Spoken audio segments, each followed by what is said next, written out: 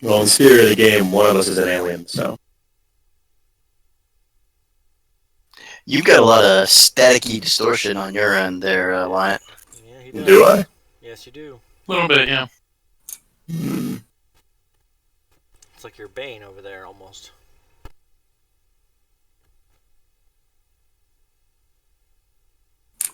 I will try restarting Discord.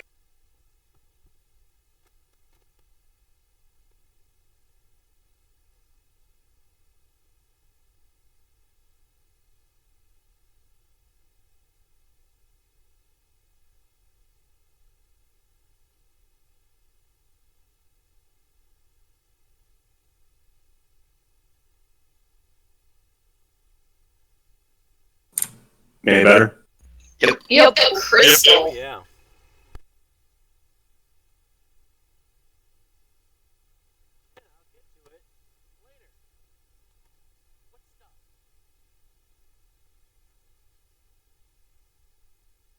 I'll be right back in a few minutes. You guys can go ahead and get started, though. Is it just me, or does that giant look eminently punchable?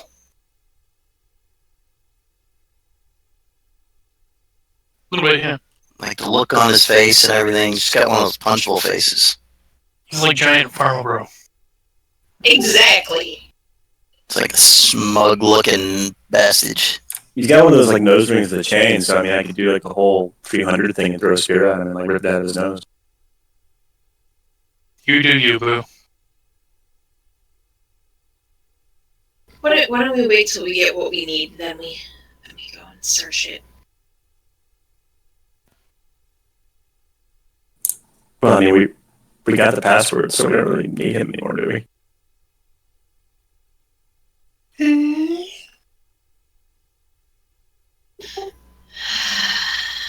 Well, you got the passwords, you don't need him anymore, but you also don't need to kill him. He's like, okay, he's moving out of the way. He's perfectly willing to let you guys pass. I'm sure he'll attack us later, so we'll finish him off anyway. Just like everything else we've trusted in this game. Yeah. I regret nothing, except mostly listening to you guys. Yes, how horrible of us to keep you alive all this time. Yeah, I'm just saying, I don't feel bad about the puppy. Yes, you do. Not the least. She loved that puppy for a good 5 minutes before it tried to eat her face. That was 5 minutes where it It was had a received serious more emotional affection. bond. There was a moment where it might have hesitated to eat us. It didn't, but it might have. I told that story on the Paizo forums about, how you found the dog and Sala loved the dog, and you guys kept on joking about eating the dog, and finally she just stopped the whole group and delivered this impassioned speech about how it's the only good and pure thing you've found so far, and that you can't eat the dog, and then it tried to eat your face. Everybody, including one of the developers who wrote the story, loved it. Cheers. I understand the pleasures of a good ironic turnaround. Oh yes. Alanis Morissette was singing about you and your dog. I'm back. It's a little too ironic. Don't you think? I think. Alright, so are we resting before going into this tower, or what was the plan? I don't know. Let me open Hero Lab and see what's going on. We would have to go all the way back to that tower to rest and be relatively safe. Why? We could just go past the what do you call it? The barrier. The Great Barrier. Under the Naga barrier? The Great Yeah, Barrier. remember he gave us the password to it. We could just stay on the other side. Nothing's going to come at us from the one way. And the Nagas don't know whether to kill them. True. Did we rest recently? Because I'm all healed up. I have everything back. I don't know. Need to rest up. Did we rest before coming out here? I can't recall. I do. Yes, we rested in the tower and the ghost watched over us. I think you had like one, maybe two fights on the way here, but I don't think much was expended in them. Yeah. I know you fought the fog. The motherfucking fog. Okay. Well, Indra cast Good Hope, and I think that was about it. all right. Well, I I'm did some down hacks. like 13 hit points, so I wasn't sure if that we had some sort of long-term fighting or not. I can't recall. I do not think so. Okie dokie then. I think we'd be So, good to go kill some Nagas. It was just a swarm of undead birds, the fog and its minions, and then we talked with the traveling mouth tentacle for a while. gotcha. Okay. So yeah, I'm guessing he's standing by the door. Yeah, it's not so much doors, it's like several open archways to the. Let me try to read you the description here. What was the password? Like calculation or something? Password 1234.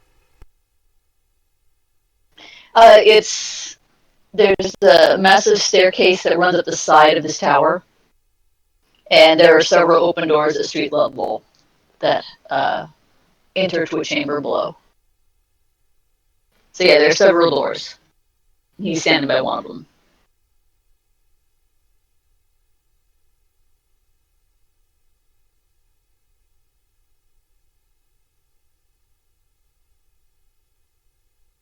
Well, we should probably clear from the bottom up so we don't get surrounded. I agree. Yeah. Alrighty. So we use the password, and that presumably keeps us from getting hit by the ward. Yes, when you use the password, you can just walk right through the ward.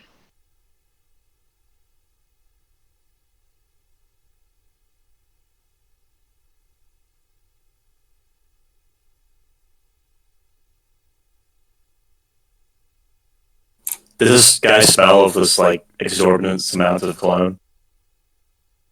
No, he does not. Like Axe. Yeah.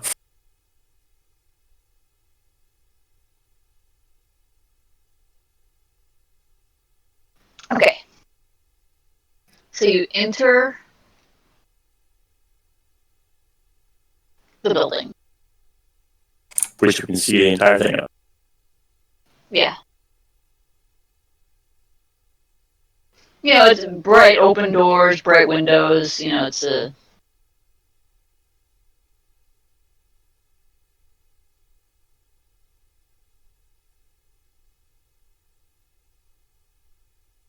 Gives it a good look around, like, huh.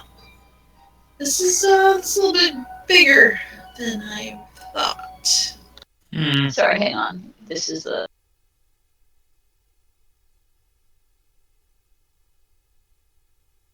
Okay, these hallways here, those are the hallways in. That's one of the hallways in through the doors, and the stairs go up.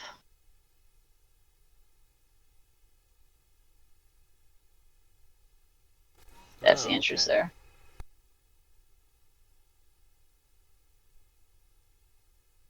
There's a big rock in the middle. In the middle of the room is a stele. Oh, guess we're on 8. too. Yeah, 8 broad skylights in the dome ceiling above connect this spacious room to this, or in this, yeah, to the sky above. The center of the chamber stands a familiar cylindrical monument with a single flat face inscribed with several runes. Now, what did we have to do with the stele again? Perform the ritual. We gotta find the other one though, don't we? And that's probably in the ruined city.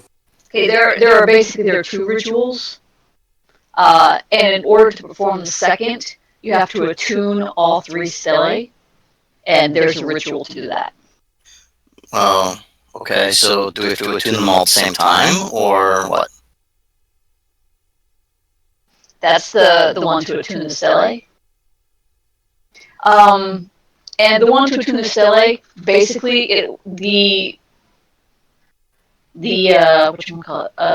stele will stay attuned for 12 hours per level of the main person doing the ritual.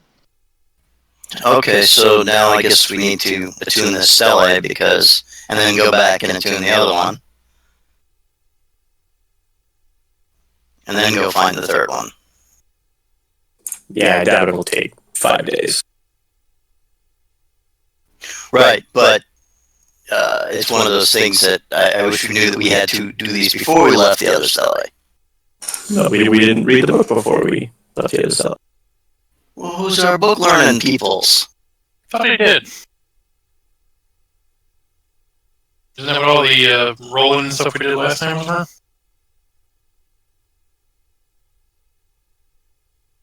Well, I mean, the other stele is up in the safe spot to rest, isn't it? Yes. So we can go tune that right before we rest when we get out of here. Yes.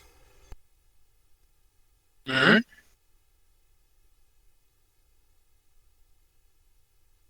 Alright, so to attune this stele, I'm going to need, let's see,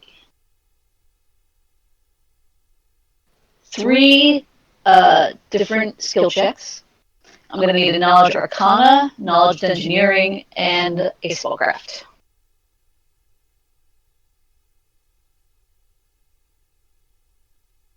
Dungeoneering, you said? Can we assist with the dungeoneering check? Yeah. But as you start performing the ritual, you have to be up by the stone. It's a touch range. You have to be touching the stone to attune it.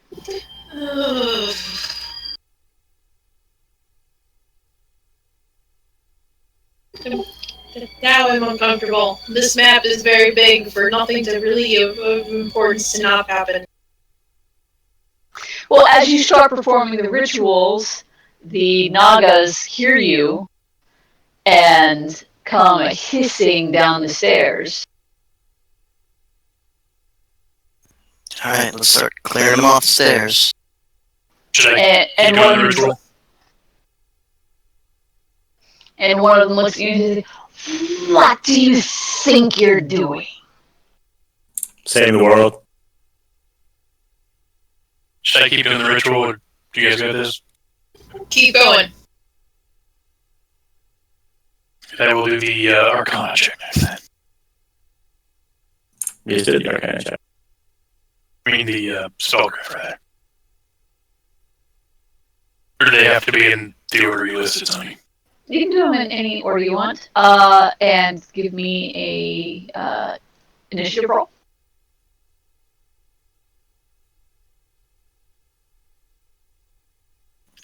Ooh, starting out with a 2 on the dice. Outstanding. Well, you know what? I'm not much better, because look at that solid 8. Although that's after my modifiers.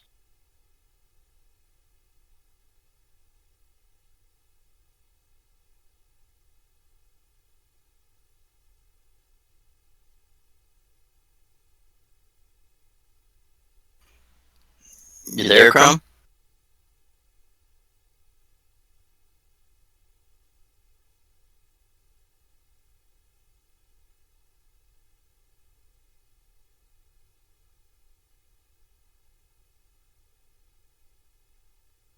I take it he's not there. Sorry, I had to go help my wife. My son's having issues right now, so there we go. You can.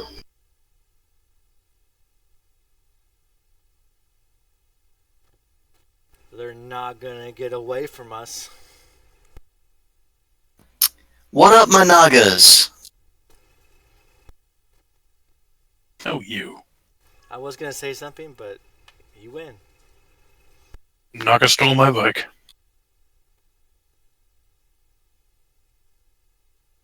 Naga, please.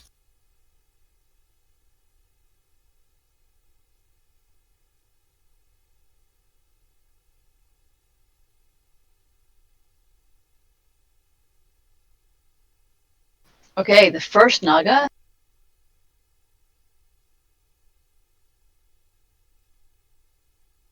disappears.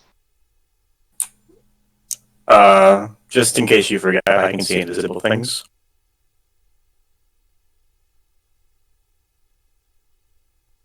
Okay, she's still there. You can see her. No one else can. Which one went invisible? Can you put like a mark on Southern. it or something? Well, the ninja mask. Okay, cool. Thank you. Ninja snake. Ninja snake. This one moves up and casts a spell. Spellcraft. Oh, you don't need spellcraft to know that it's a lightning bolt Yay, because reflex. it shoots out and.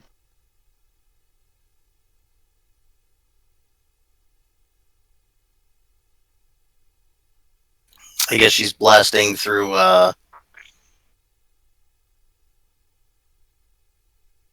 Victor and Aravan.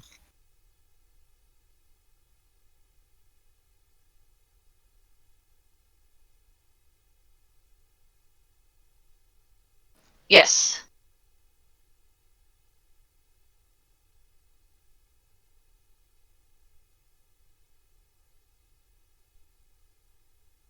Can I save it in here?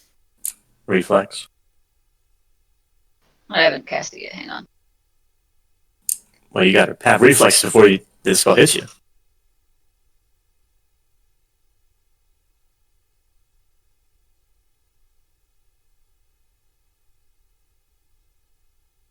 I worked horrible on that save.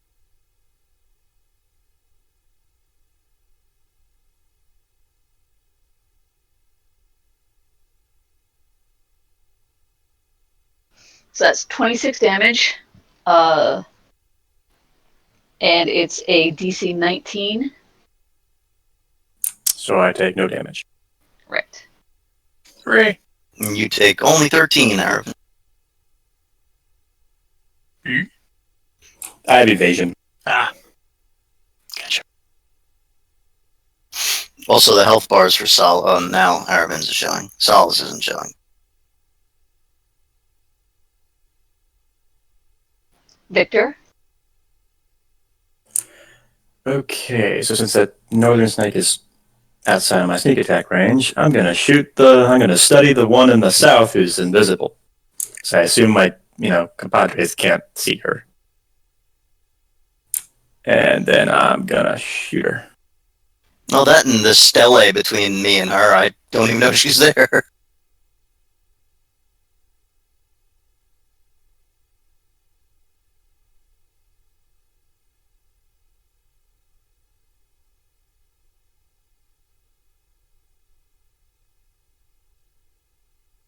I'm guessing an 18 doesn't beat her flat-footed.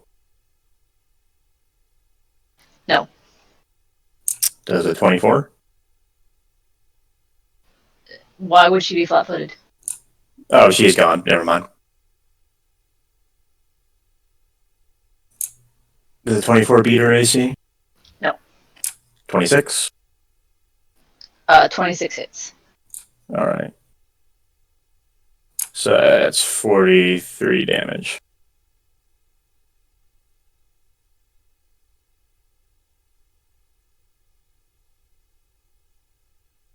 Amos.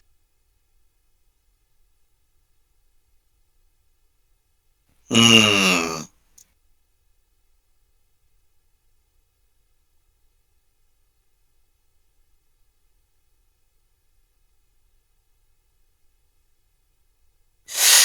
Amos is going to charge.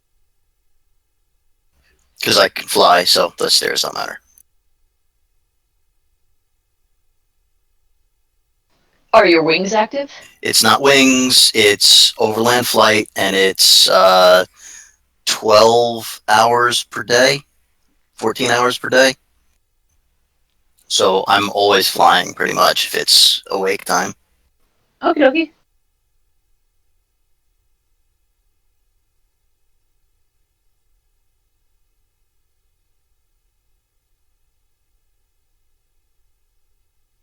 Obviously, no sonic damage. Yeah, even All once right. you start dancing, you're 5 feet too far away.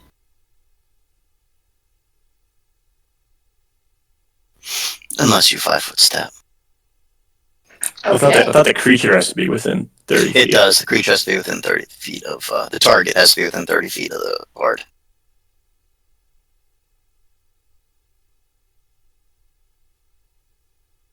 I need to go change a diaper. Be right back.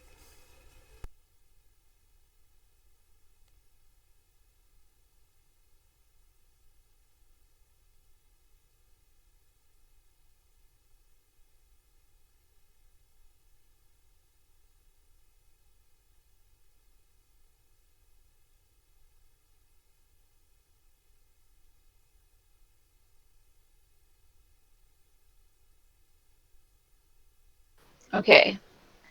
The one that you just attacked.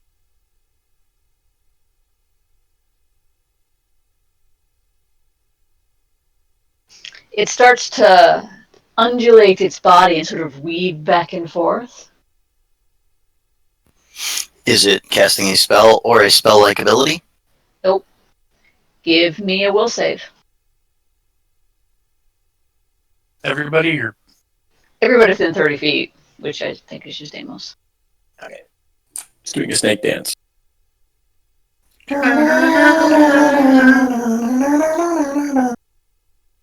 it's funny we had that same brave wine. Because we're old. That's what I was going for. It's also Okay. crumb. You're fine, but then it lashes out to bite you. It's a special attack that they have called Hypnosis.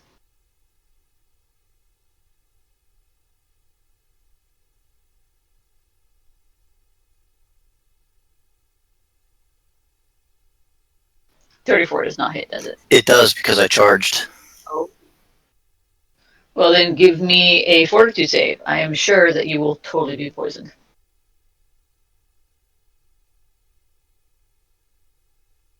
Yeah, you shake it off.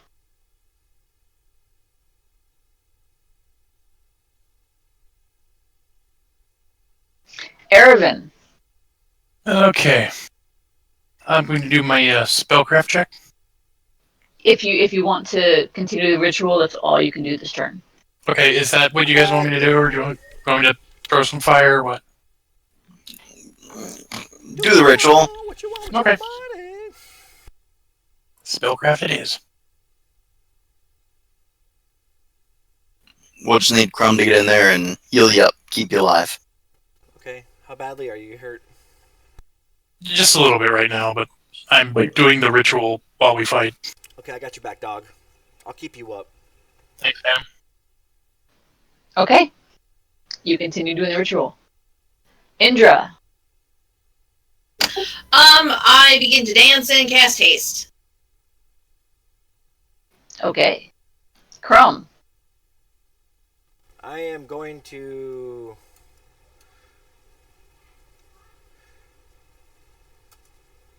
move here and touch Ervin for a cure light wounds.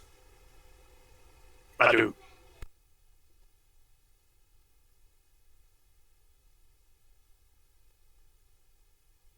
Okay. Were you hurt from before, Herman? Still? Think so. I think I just forgot to yeah, because I took some damage in the when we fought the birds. Well, you're good, good, good.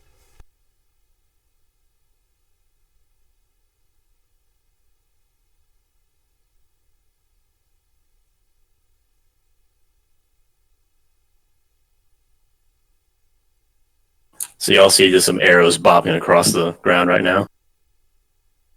Those arrows slither closer, and they actually lash out at Erevan, who's doing the ritual.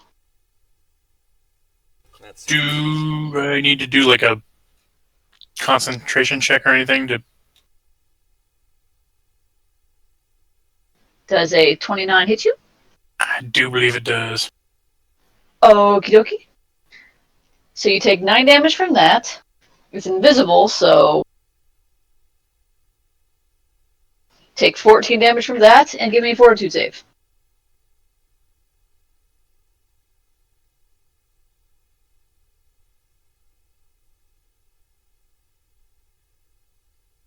Okay, you're fine. You're not poisoned.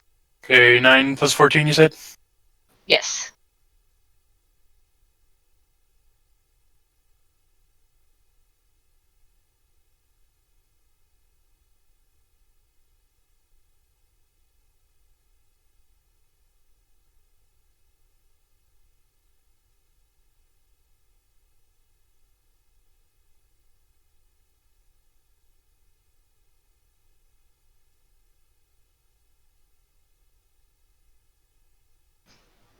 The next Naga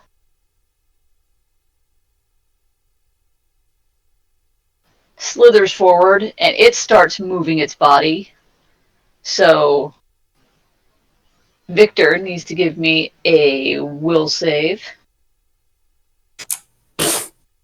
Tonight's gonna be a wonderful night. You find this, the way that the Naga is moving and twisting and just, it's fascinating. What are you, Crumb? Snap out of it. She's not your type. Her scales are shimmering and glowing with a moon-like radiance.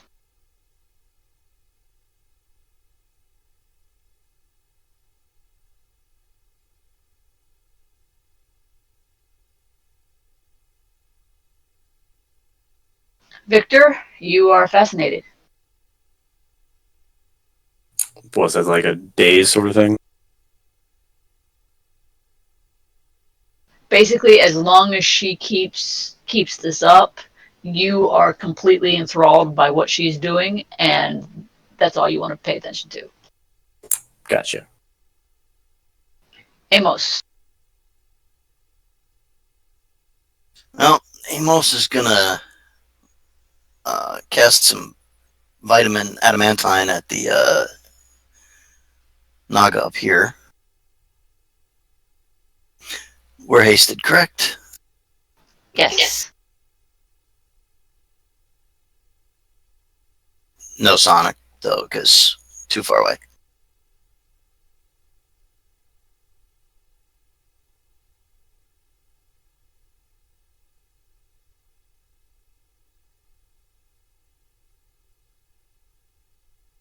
Alright, that hit will put her down. She's not dead, so if you want to hit her again, she'll be dead. I don't have another hit, and I'm not going to waste an attack. If she's down, like just bleeding out, then she'll bleed out. A fascinated creature's ally may shake it free of the spell as a standard action. Just grab him and slap him like a chick in an old time movie. Okay, Erebin. Dungeoneering is the last one. Yep. This is where I'm going to shit the bed. You get bonuses because of the dancing. What is the bonus? Let me scroll up to get you exact amounts. What dance are you doing?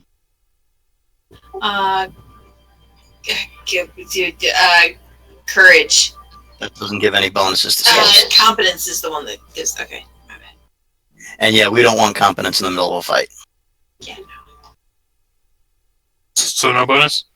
no bonus. No bonus. Straight up dungeoneering.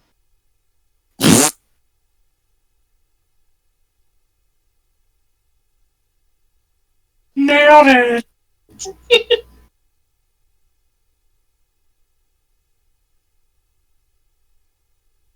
There's just a burst of energy pops out of the stone as you totally just futz this ritual, and you take 13 points of damage from it.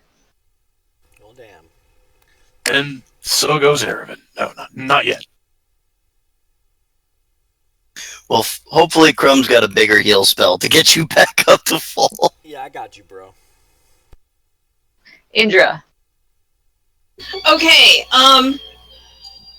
I know I shouldn't be asking these questions because I actually have Fascinate, but I've never used Fascinate myself. Hypothetically, if the Naga there that is performing the Fascinate suddenly cannot see who she's trying to fascinate, does it cease to work? No. No, it's basically her ability affects everyone within a range. So if you're in range, you're affected whether or not she sees you. Yeah, as long as you can see her, you failed your save, you are fascinated. Well then, I am going to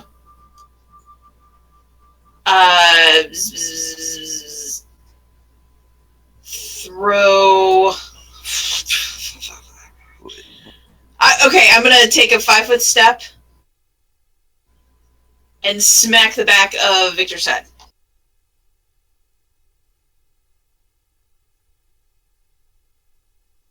All right, yeah, Victor will snap out of it.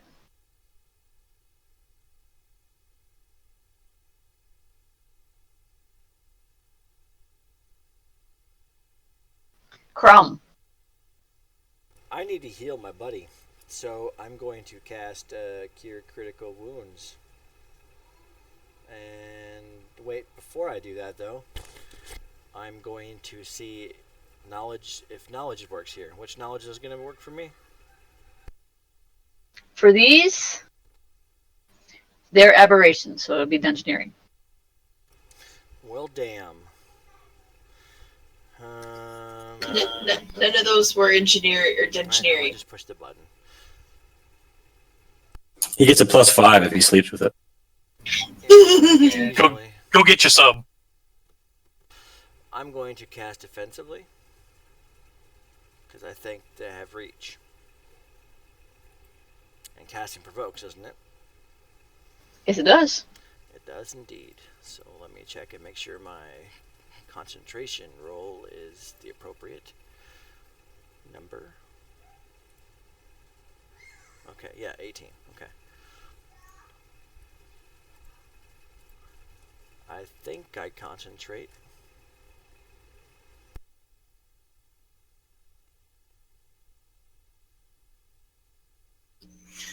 What were you casting? Cure critical?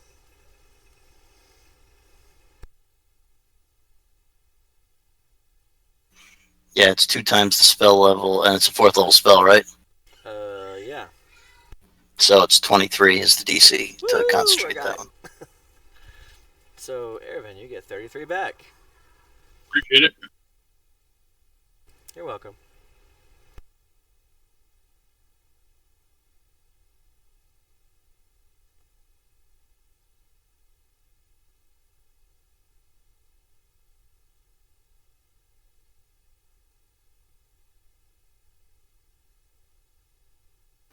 Okay.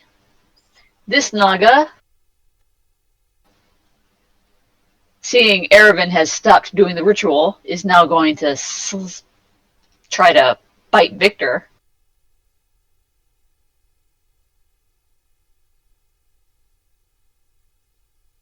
With haste, haste gives you +1 AC, right? Yes. Yes. Then that misses.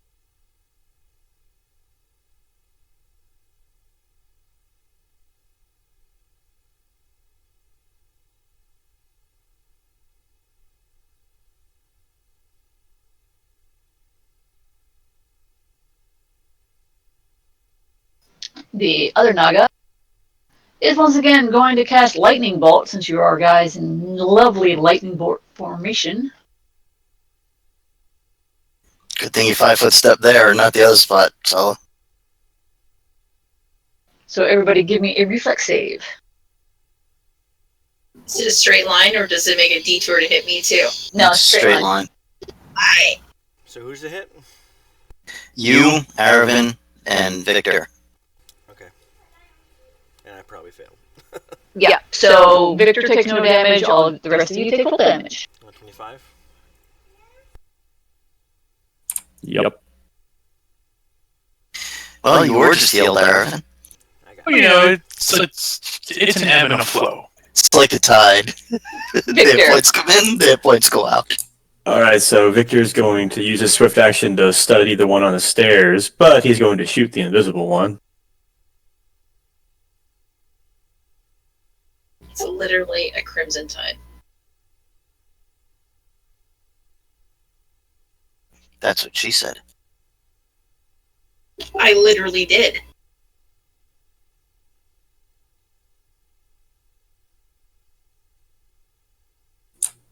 Oh yeah. Still have a haste attack.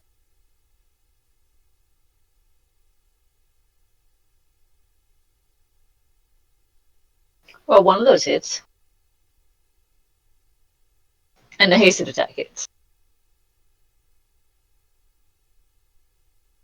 Rolled 2 2s and a 1. Rock on. And that's my turn.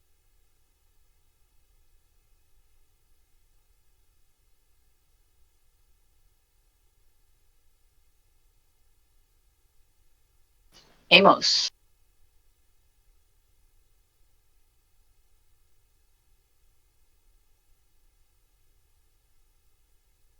Amos is gonna fly over there. Does she have reach? No.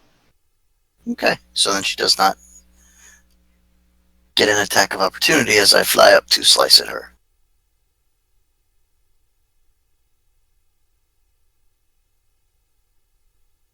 This one gets sonic damage, though, I think. Yep.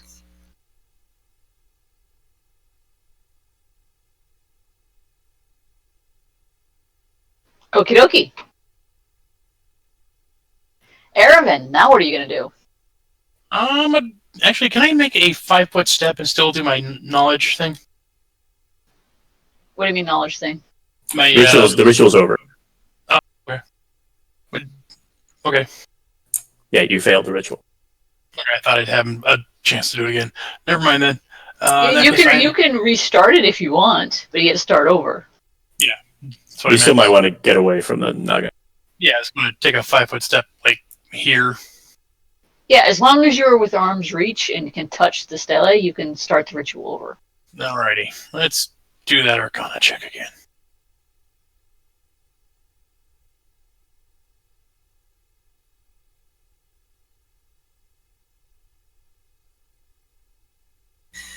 And if there's a backlash, nice knowing you. Oh, if there's a backlash, I'm sure I'll scream as my brain incinerates or whatever the fuck. Guess what? You take 9 damage from the backlash.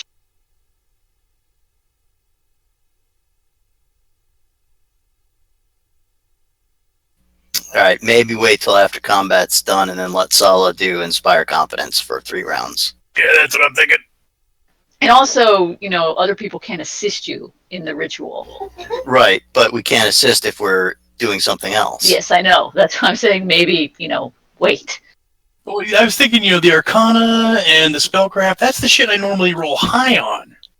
Get those out of the way, and then hopefully by the time the Dungeoneering check comes along, we got this shit resolved, but apparently not, because dice hate me. Okay, Indra. The invisible one. It has arrows sticking out of it, and it's not invisible anymore. It attacked. It is no longer invisible. Hey, I just haven't taken off the ninja thing. Okay, well then I cast blindness on it. What is the DC?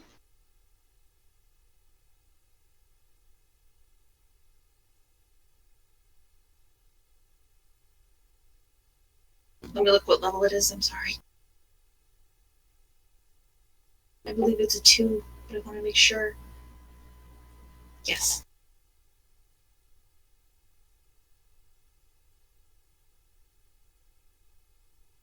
And what kind of save is it?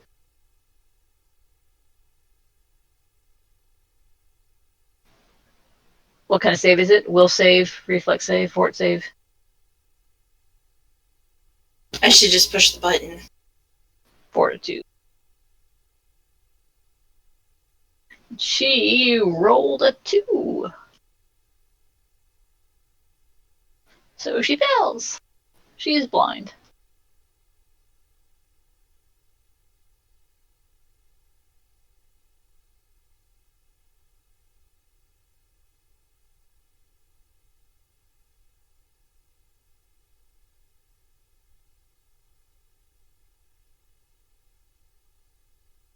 Crumb.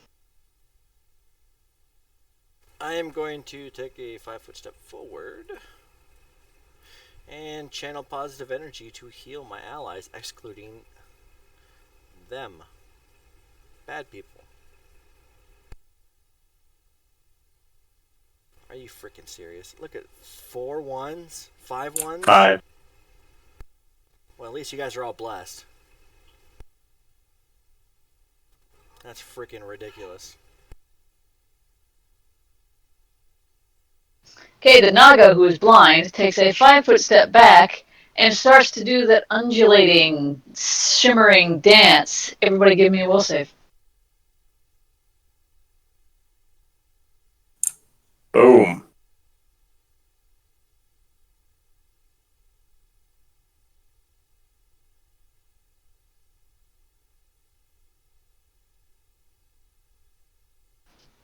Indra, you are not fascinated. Hang on, increase mine by 2. I've still got, what do you call it, You still heroism. fail. It's a DC 24. Fascinate's not an emotion effect? It's not fascinating, it's hypnosis.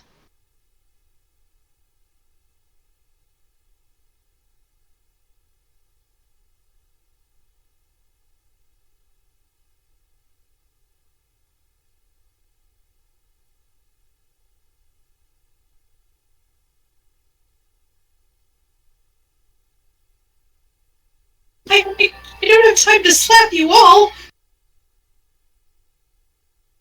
Actually, Erevan shouldn't have been hit. She's behind the stele.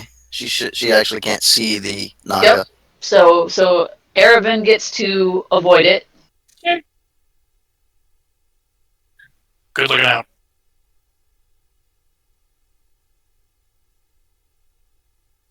That just means on your turn you get to smack Chrome. So this Naga is going to attack Amos. So that means my half fascinate ends, so that's all good. Well, she's not going to attack you with her teeth. She's going to attack you with a lightning bolt. Doesn't Still matter. breaks it. Still breaks Yeah. it. Spellcasting is considered a hostile action.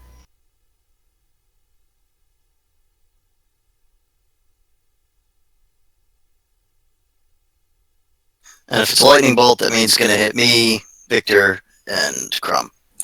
Yep. Which will knock them out of Fascinate also. Sweet. No, her just casting it knocks us out of it. We don't have to get hit. So I gotta roll a save. Yep. Yeah, I messed that reflex up again. So 35, huh? half 35 is, what, 17? Yep. Amos, why haven't you killed everything yet?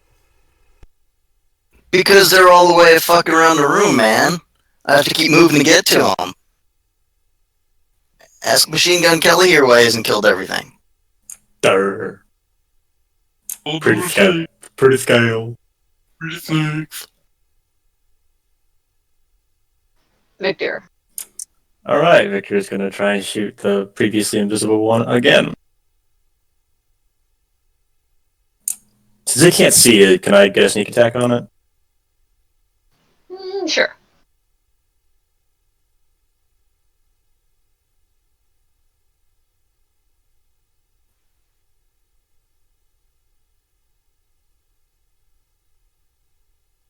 Well, there's all your high rolls. Okay, it's dead. By which attack? Okay, calculate how much damage you do. Okay, so 39, 83, 126. Okay, so calculate each attack individually and roll to confirm the 46.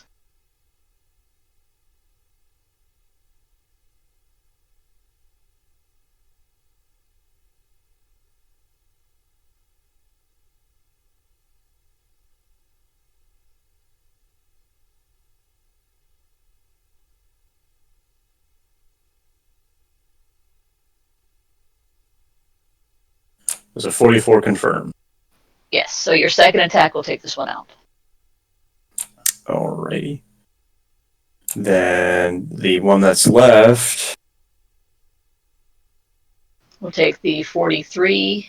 That's with a sneak attack. So that'll be minus 19, which would be 24, and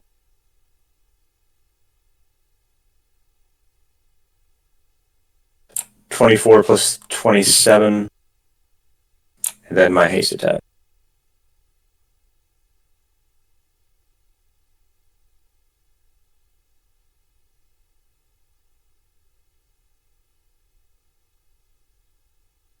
So 51,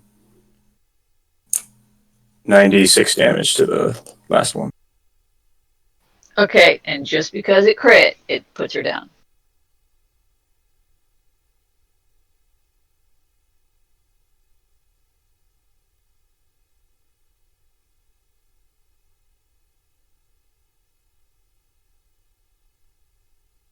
Guess he doesn't like being fascinated. Not really, no. That paranoia kicks in, the whole mind control thing. He needs his tinfoil hat. I was just gonna say we need to get him the tinfoil helmet. Well, I'm wearing a shroud, so. He'll have like a Robin Hood hat made out of tinfoil.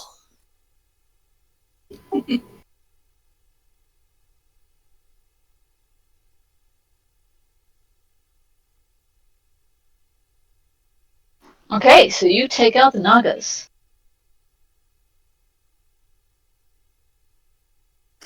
Might really want to heal up. Yep.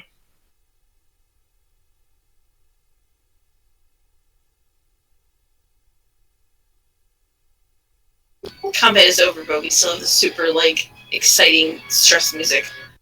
Alright, let's see. Because now the boss shows up. Of course. This isn't even the Naga's final form. They join together and form Serpentor. This I command.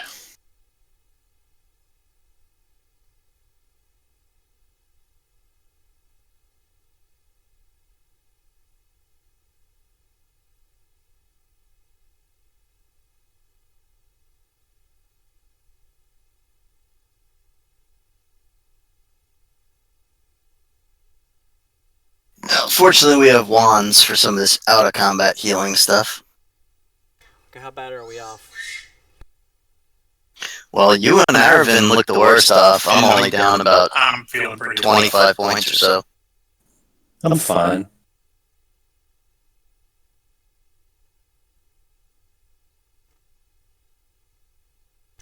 Well, let me go ahead and channel.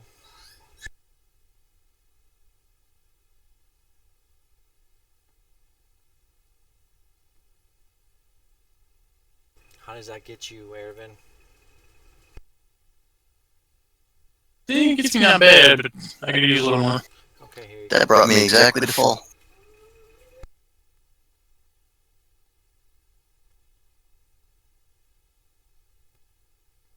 Okay.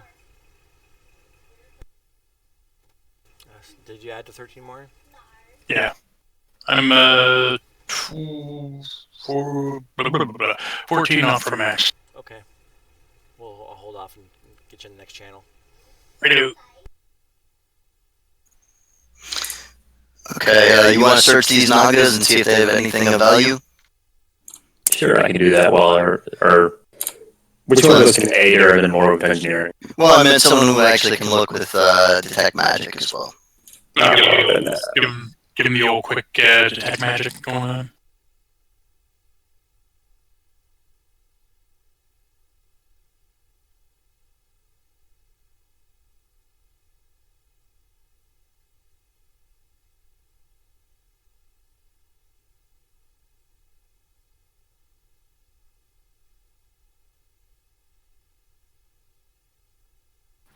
The Nagas themselves do not have anything of value. However, if you search the room, you will find a few covered recesses behind cushions where the Nagas have hid some valuables. Point them out to folks. All their shit fell down between the cushions. Any traps? No. You do find 7,430 silver pieces,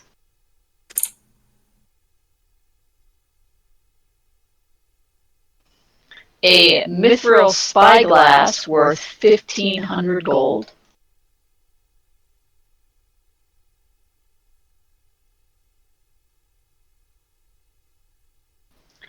Nine cut sapphires worth 1,000 gold each.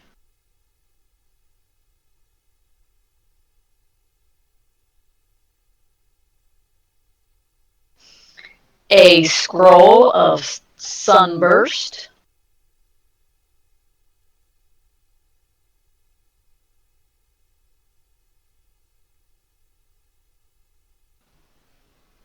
A pouch of stones. And what looks like a long quarterstaff. Do a spellcraft. Excuse me. Spellcraft on the stones in the staff. Are the stones magic? Yes. Alright. Do the stones first.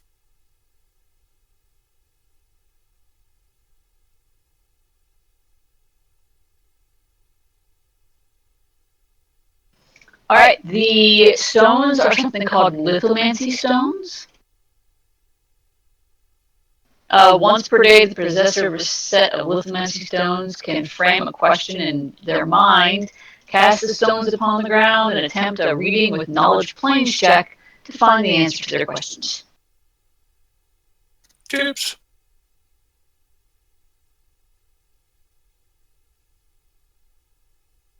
And one more for the staff.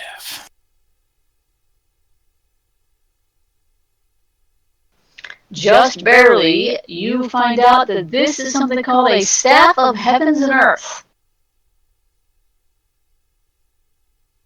It is a magical staff.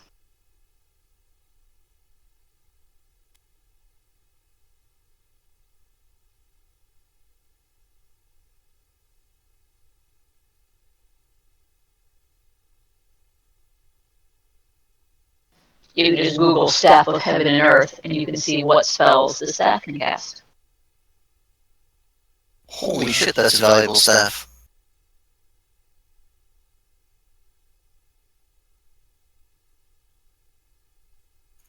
It allows use of the following spells: Gust of Wind, use 1 charge; Stone Shape, 1 charge; Airwalk, 2 charges; Control Wind, 2 charges; Spike Stones, 2 charges. It currently has 7 charges. But more importantly, it's worth 54,000 gold pieces. Ooh, Mom's gonna get herself a new set of achievements on her stuff. Mama's going to scissor today.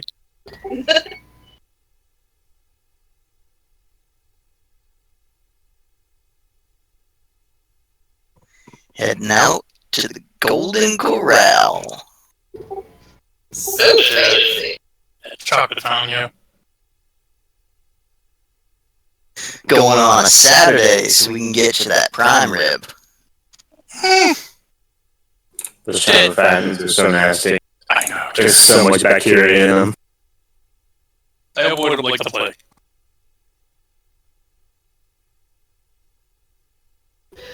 Well, shall we try the ritual? You want to inspire confidence? Yes, I inspire confidence. You now have a +5. Alright then. And I will attempt to aid when you get to the dungeoneering part. As shall I. So, Okay, Arcana first. This is how rituals work. People get a bonus for however many people are helping. Oh, so we don't actually roll to assist, we just help. Right.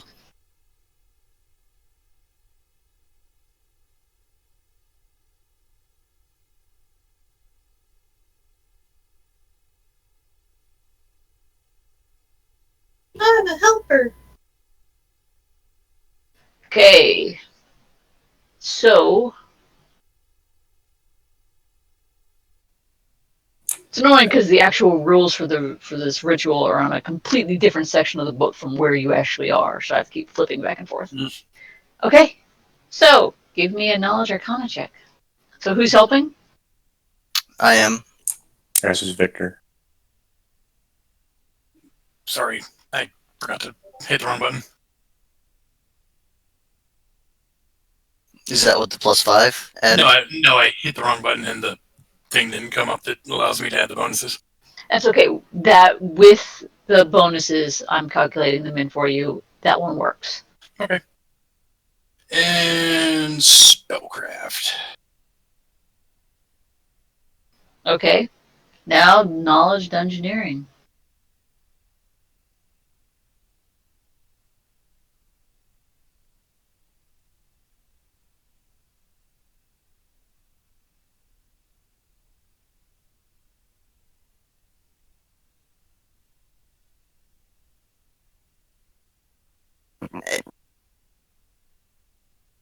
hang on, do you have any ranks in dungeoneering?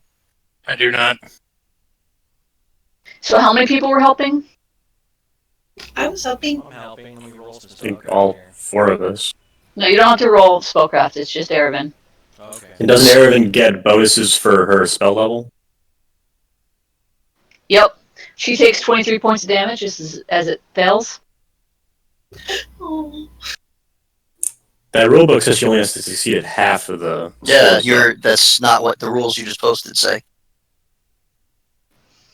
For this ritual, you have to succeed on all of them. Assuming it's a special thing. Okay, so then the rules just shared are Those are the basic. Those are the basic rules. You'll also notice that the damage went up because all of you were helping. Because the rules say the primary caster takes 46 points of damage plus 1d6 points of damage for each additional secondary caster. These things have special rules. Not feeling so good, boss.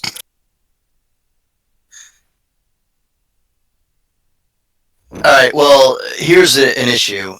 You suck at dungeoneering, and chances are you will never roll high enough to succeed. I With- could try. So let's reconsider this this plan of attack here. Does anyone have trained knowledge arcana, spellcraft, and dungeoneering? I have spellcraft, but it's not that high. All 3. Does anyone have? Yes. I have all of them.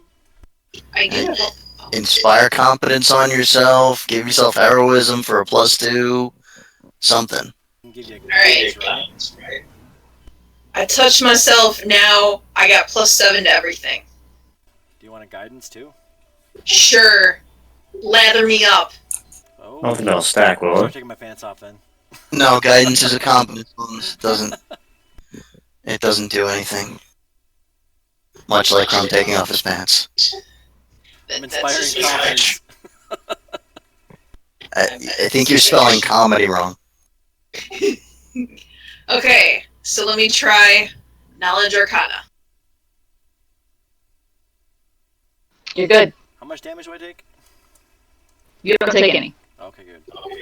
Spellcraft? Yep.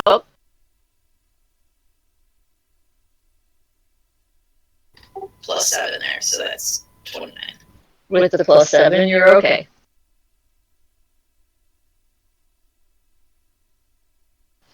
And the knowledge dungeoneering that you required was a 25. Well, with my bonus makes it 31, so fuck yeah, bitches, suck my lady dick!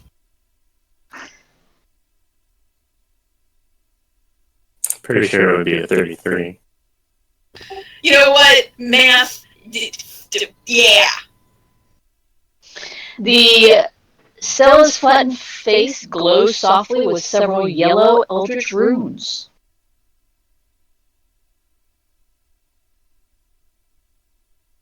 Well, that's one. I did not do all of the book learning, so is this good? Have we done what we need to do here? Is this Who are you asking? the group in general? Looks like you did your thing. It's glowing, right? Yes. Looks like it worked. That or it's gonna blow up.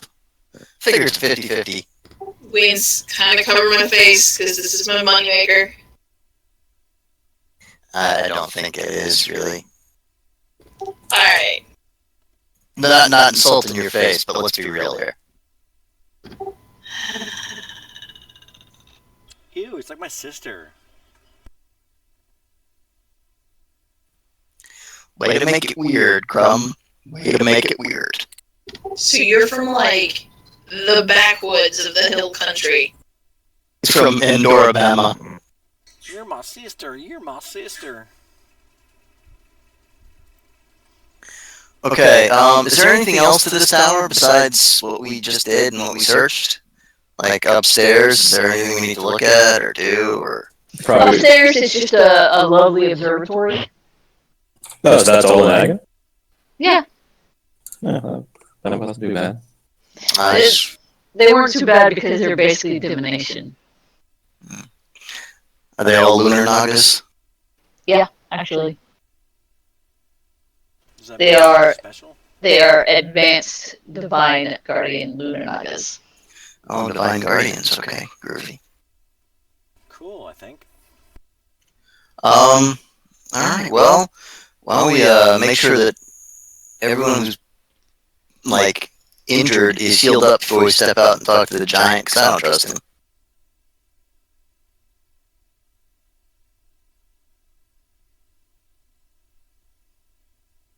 You know, we don't have a good track record with trusting people and then not getting betrayed. Yeah, I vaguely agree with you.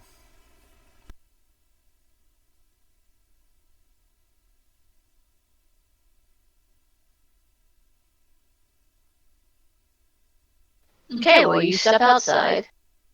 You find the right map. We're healing first. Okay. I would appreciate it. Here you go. Here's a channel.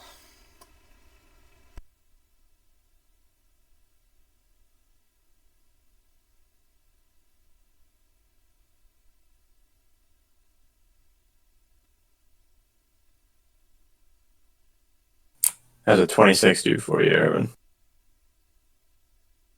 Not bad at all. Takes me about 10 off full. You're good. Just get, what's your max health? 78. Oh, I am a squishy. yes, yes you are. Stop getting hit, damn it. Yo, I'm trying. You must have that mantra that you say whenever you enter a dangerous area. Not in the face. Not in Remember the face. thou art. Remember thou art squishy. Remember thou art squishy. Listen, I'm here to shoot things with fire from a distance and to debuff. Okay? I'm not a big bag of hit points. Granted, a lot of your stuff only works within 30 feet, so you might want to consider getting some sort of way of increasing your hit points, like toughness or something.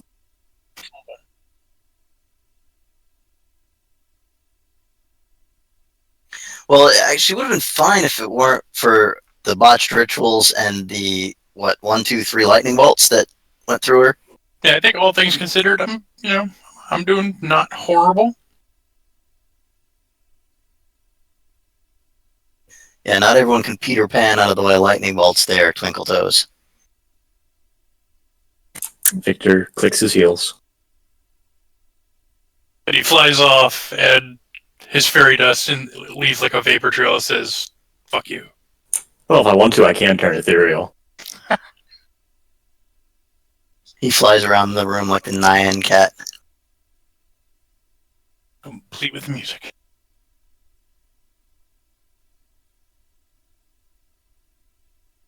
Okay, everybody healed up? Yep. Yes, ma'am.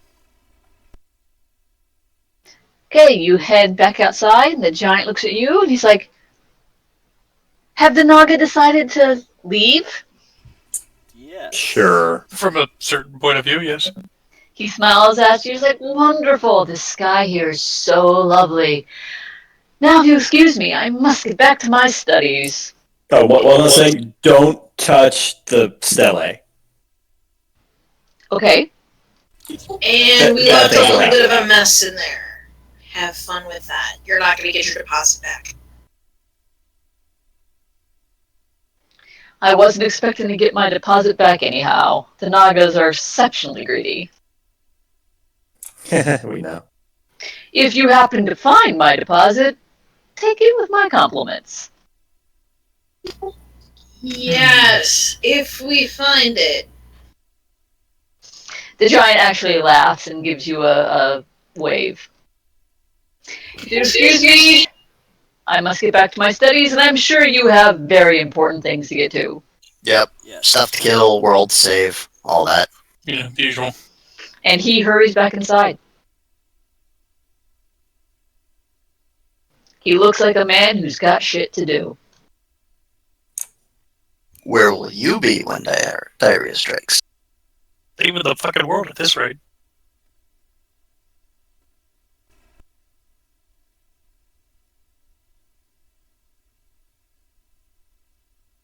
So do you want to go attune the stele on top of the rest spot, or Might as well do the rest spot. Yeah, we should just go knock it out. That's what I'm thinking. Totally. Then we can take a rest, and yeah.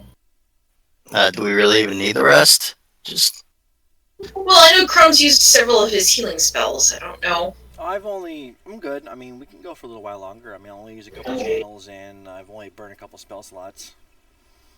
yeah, he's got what? Yeah. You can cast 8th level or 7th level or 8th level spells now. I want to say 8, but don't quote me on it. Let me see. All right, now 8 is 15th. Yeah, just up to 7. 1 level 7 spell.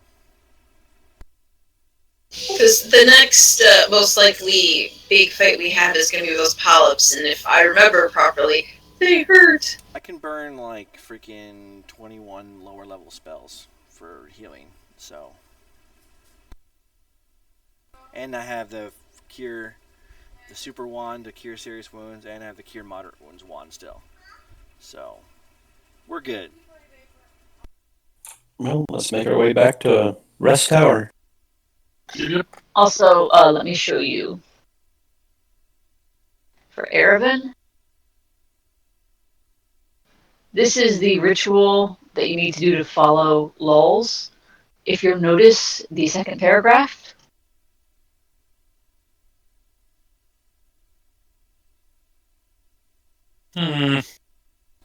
Okay.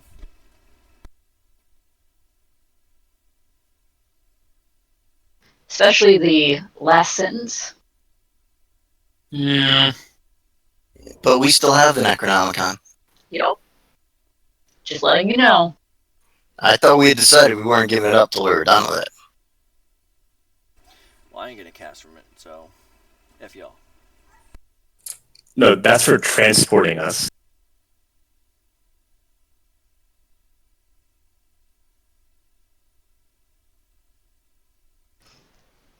So you head back to the rest spot?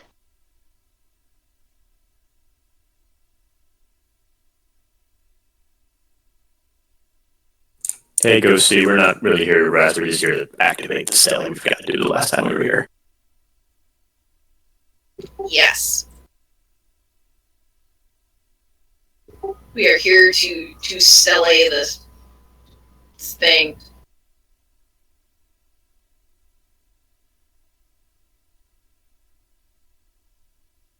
All right, well, give me your checks.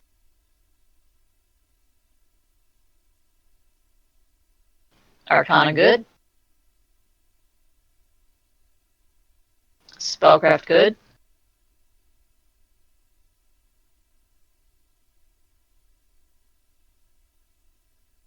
Engineering good.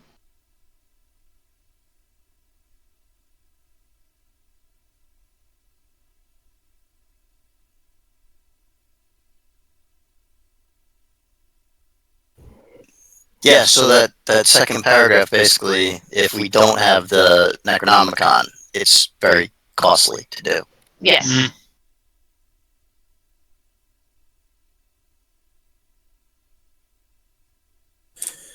So we can go fight the polyps, or we can search the ruined city for the other stele. Yeah, which I think brings us close to the thing that's under the water, right? Yeah. Yeah. And a mystical wind warned us that we might not want to do that just yet. I thought the wind said don't fight in the sewers yet. Until we reach the next level. Yeah, I'm pretty sure the warning was not to go down yet. No, okay. So I guess it's the last stele. And we may find our ghost friend's bow. That might be bad. And the creature that's in the water. That could definitely be bad. Hey, you could probably cheat and find out exactly where the bow is by asking those rocks. And I mean, whatever's going to come out of the water surely can't be worse than the thing that smashed me in the Dreamlands. Yeah, that did kind of suck. It looked like that hurt. Oh, you have no idea. Airman, You're right, 'cause I shake did. your bones. Oh yeah. Aaron, get your rocks off. Let's space out reading the thing for a second. What was that spellcraft to do? Sorry, what? How do the rocks work? Use the rocks. Spellcraft. Yeah. Sorry, I have to look it back up because it's not in the book. Okay, what exactly am I asking you now? Where is the ghost lady's bow? Exactly.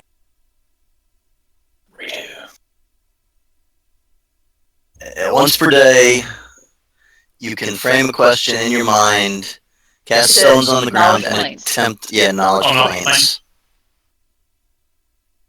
So do we want to use the question for that, or where is the stele? The bow's a smaller item. I think we'll have an easier time finding the stele, and I have a general, feeling they'll probably be in the same general area. Ish. The stones tell you. Basically, they spell out the word snarl. So I'm guessing it's in something's stomach. No, the ruined city is called the Snarl. It was mentioned before. Ah, okay. So that was not very helpful at all. And also, they spell out the word monument. So it's in the snarl in some sort of monument. Ask the ghost lady, were you by some sort of monument when you were killed? And she shakes her head. She says, no. Do you know of any monuments in the Snarl? No, I do not. I do not venture into the snarl. I can only go a limited distance from this tower. Is Kiki still with us? Yeah. I asked Kiki if she knows of any monument to the Snarl.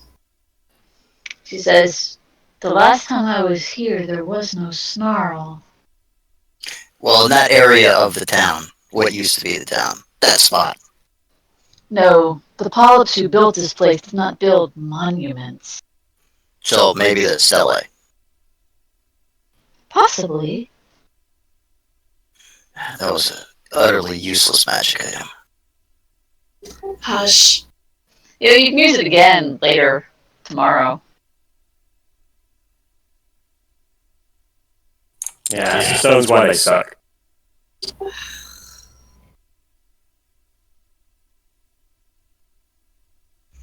right, I think we need to.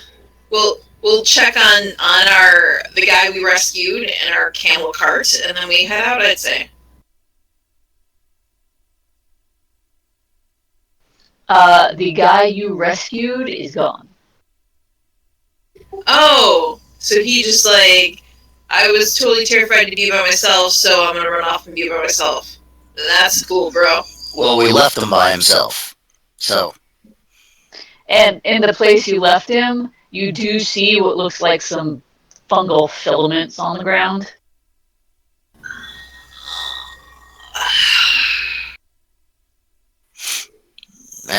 Sometimes eat the plant, sometimes the plant eats you. It's fungus, it's not a plant. Whatever.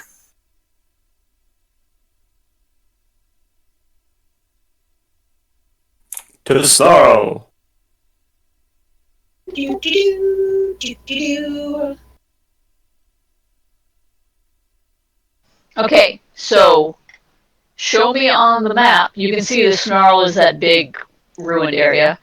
Which direction do you want to go in from? Do you want to Well, go considering we're down here in the south, so Do you want to go in? Basically, you can go in from the north, the south, or the west. West. Always west. What about like there? That's the closest. isn't the north like the lake? Yes, it is. You can totally go in from the lake if you want to. How we come in from this corner right here?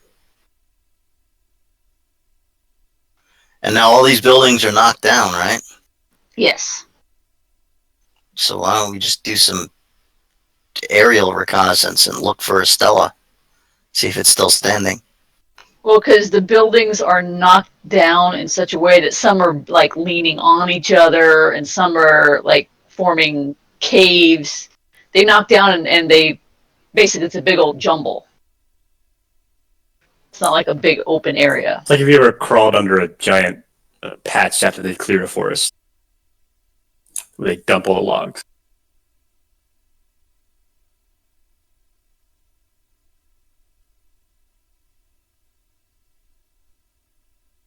So I'm guessing this is the western entrance.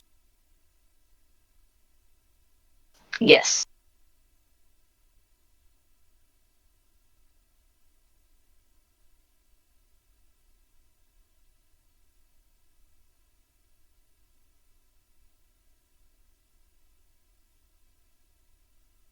Can you zip to us?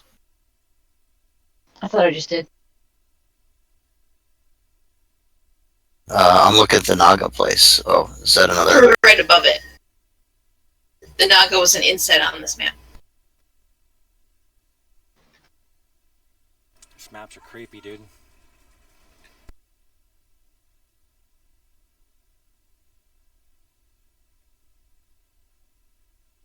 Oh, that's the problem.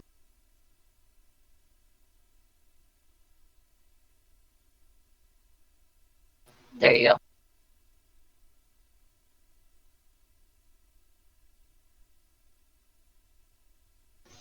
Let me give you the description. The Snarl's interior is dark, and the irregular and broken surfaces create difficult terrain, except where noted. The buildings are approaching from the west. It involves traveling over the slanting corpse of fallen towers for more than 300 feet before reaching a cleared path. With the exception of a few small branching tunnels that terminate dead end, it is a twisting route of jumbles of low caves connected by cramped passages. The tunnels are spacious enough for large creatures to navigate, but they are still dark, twisty, and crowded with bits of fallen stone.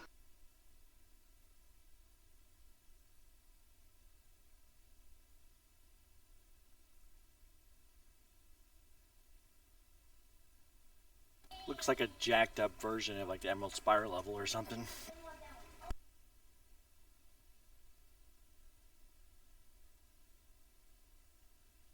And as you are walking over that direction,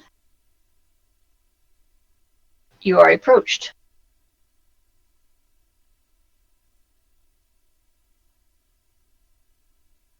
by a man.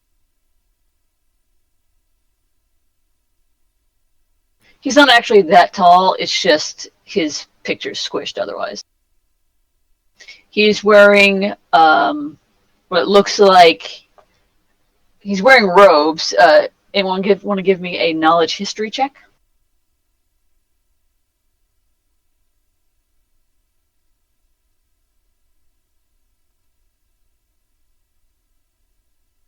Don't got that one. Well, Arav and Indra, these robes look like clothing that was worn by people in the ancient lost land of Aslanti.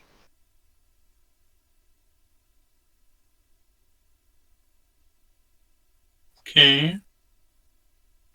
And he actually does appear like he's an Aslanti man.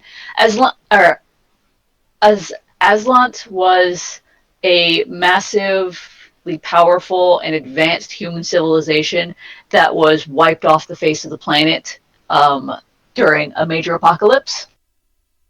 As you do. Basically, it's Atlantis. Okay.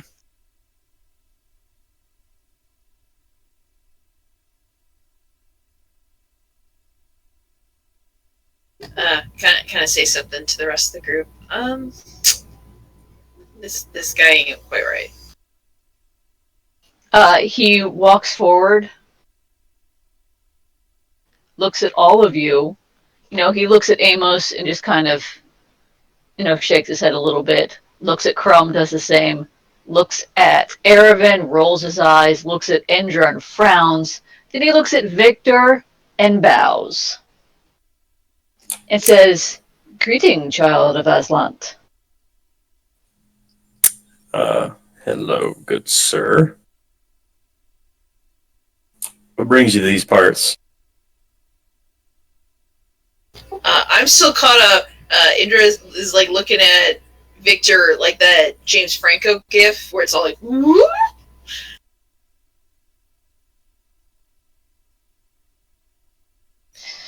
Nothing in particular brings me to this place. It's just where I've decided to waste the rest of my existence.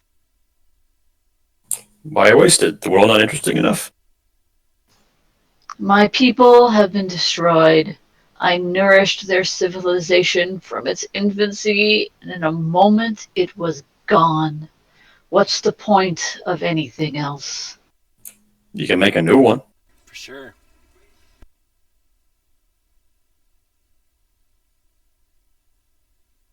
Only to have it wiped away as well. Well, it's like building a sandcastle on the beach. Yeah, the waves are going to take it out every now and then, but building it up's part of the fun. So you would have me spend an endless eternity pointless and idiotic building of castles in sand. It's only pointless if you decide it is. Just the staring at Victor intensifies. Who the fuck is this dude? And why is he talking all positive? Where's Victor? Oh, let's kill everyone, including the children. I'm not as bloodthirsty as you think. I only do that stuff if I need money. Amos is just laughing. I'm just trying to picture him sitting on the beach building a sandcastle. I had a childhood, okay? It wasn't a very good one, but I still had one. I mean, yeah, my parents were kind of dicks and tried to, yeah.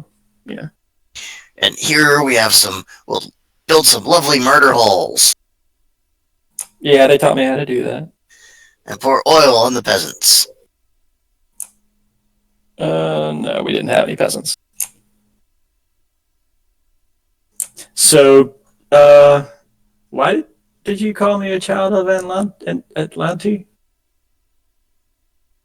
Well, you are human. All human are children of Aslant. As far as they have fallen. Yeah, we have fallen pretty far, haven't we? Fucking nuts. I'm human. Most definitely, I'm totally human. He looks at Sala and says, "Please." I'm not. I don't give a shit. Well, we're currently trying to save the world from being destroyed. And granted, if you think the world's pointless, then you probably don't care much about that. But we're looking for a stele in this area. The star-marked pillar within the snarl. I thought humanity wise enough not to seek Carcosa's blessing, but they have failed before and will again, so I'm not surprised. Well, in our defense, I mean, there are a bad dude doing some bad things. Yeah, we're trying to stop the whole merging of this world and Carcosa. Of course you are. I'm sure that will go well. Well, we're on a roll so far. And given the year that we've had traveling, we've seen some shit. Oh, I don't doubt that you have. So, would you mind pointing out which direction the Stella might be in? Fine. Follow me. Okay. Sandcastles. As far as the eyes I'm can gonna see. do a sense motive on this guy.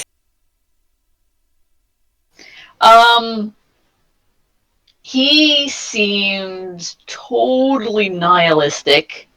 But he doesn't seem like he bears anybody any ill will.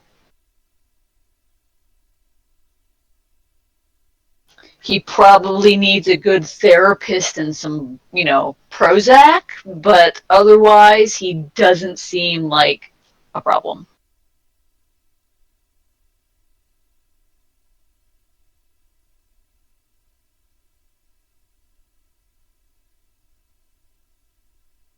And through this hallway, chipped basalt towers form a hallway of jarring angles. Each of the dark, smooth surfaces bears hundreds of chalky messages, as if every wall, floor, and ceiling served as a blackboard. Give me a linguistics or a perception check.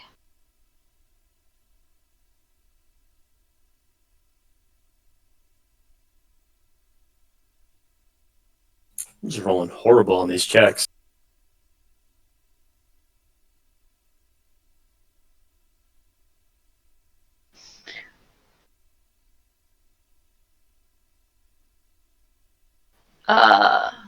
Crumb, are you with us? Okay, all of you noticed some of the words begin to glow and crawl across the walls. That's never good. Anyone else getting freaked out by these, glowing word moving stuff? Gonna do like a spellcraft, figure out what's going on. You might want to close ranks there, Aravan, in case something pounces. Like giant green daggers. It's the world's largest explosive runes. Okay, as you walk through the hallway, dozens of inscriptions suddenly begin to glow and project illusory vignettes of the failures they record.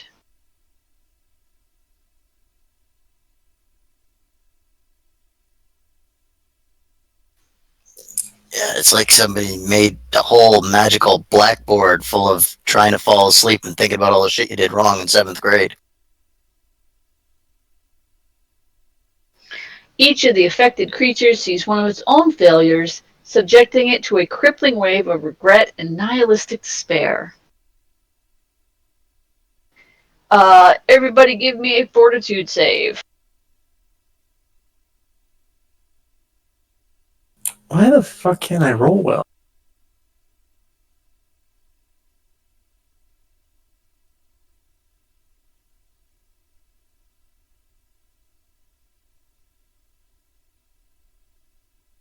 Okay, well, rolling 1d4.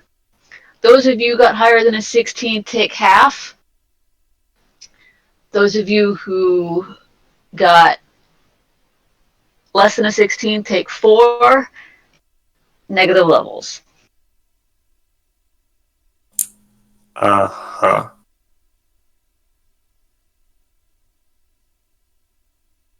Jesus.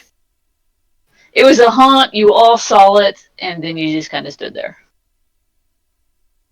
So, the one divine guy who can deal with haunts. Yeah, okay, when Crumb comes back, we'll give him a chance to attack the haunt, and maybe he can neutralize it. Give him a chance to punch the darkness, yo. Because, yeah, like, taking that many negative levels, that pretty much screws over the rest of the game. You automatically take negative levels. There's no that's fucking stupid.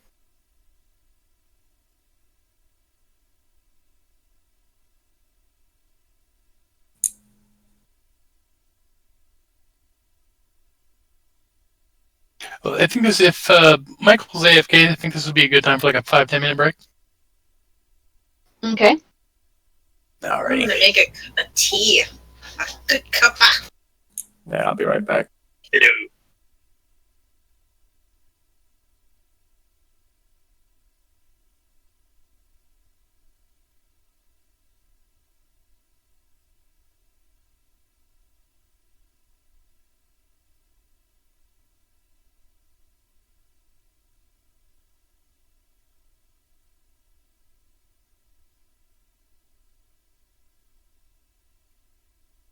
We taking a break?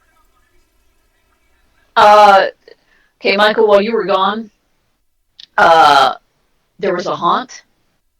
Oh shit. Oh, the dude staying there?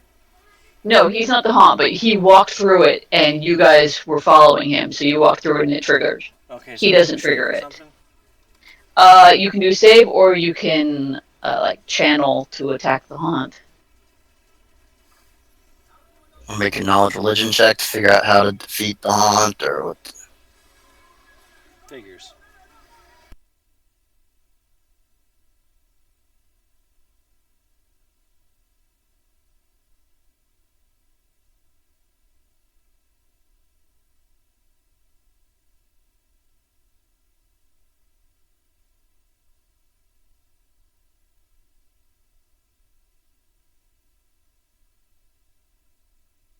Yeah, so positive energy applied to the haunt via channeled energy, cure spells, and light can damage the haunt's hit points. So you need to attack the haunt with positive energy. Okay.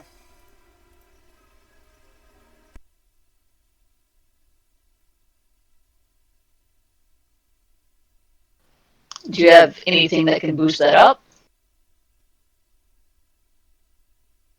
I could do it again. No, you only get one. No, that's all I got.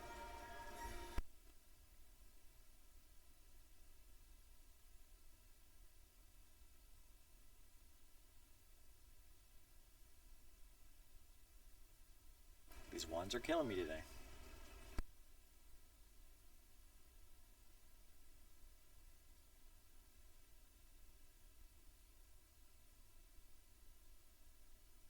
Do you have a quicken channel? I actually do have that. So if you have a quicken channel and a regular channel, you can do both, right? Yes. Because, like, you see that 4 I rolled up there? That's how many negative levels you're going to get. Okay, the 2 channel positive energies take out the haunt before it hits you.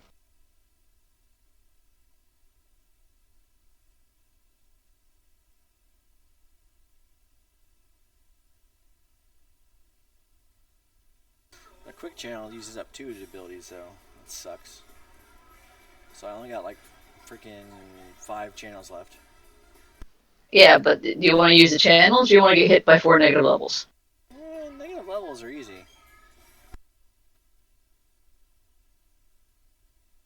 Yeah, but when the entire party has them? Yeah, it's gonna suck. Well, it sucks. Yeah, well, with your fortitude, you would have taken half, so that you would have taken 2 negative It levels. sucks less.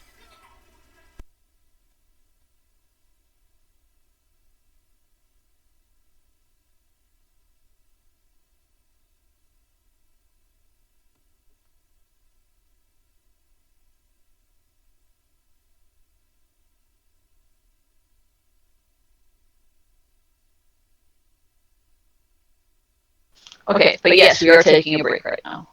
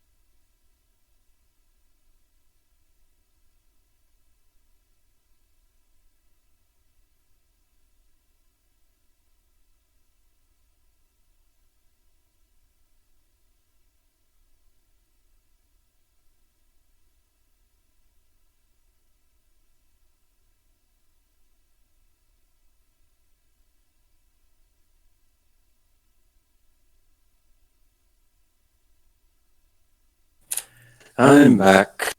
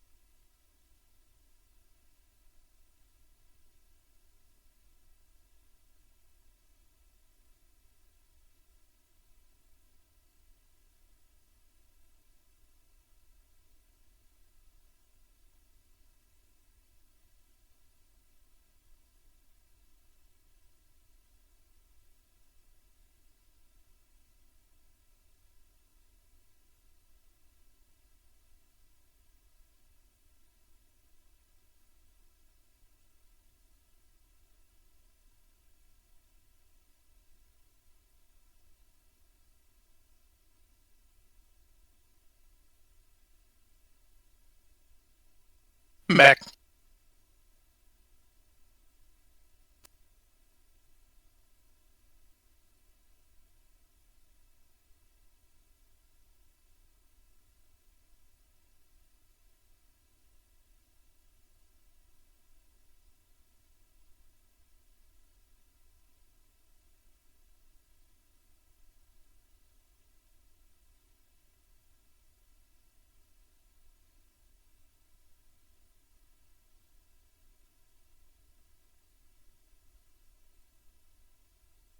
I'm back.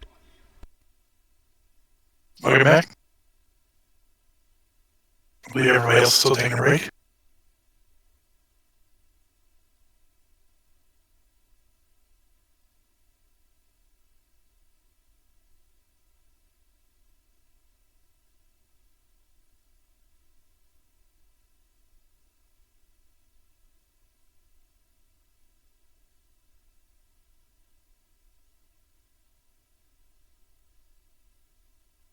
So we all take -2 levels.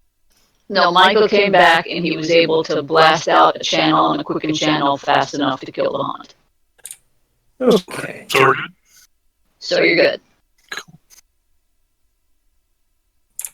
Does it also like remove the nihilism from Tall Guy?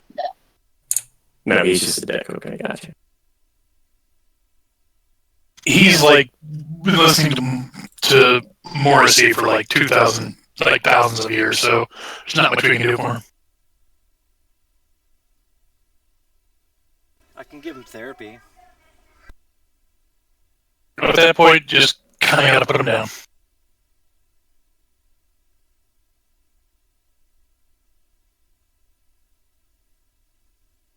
Well, we take the army route like they did with me, and just put him on a gram of Effects XR a day and watch his organs liquefy. Yeah, that always works. You know.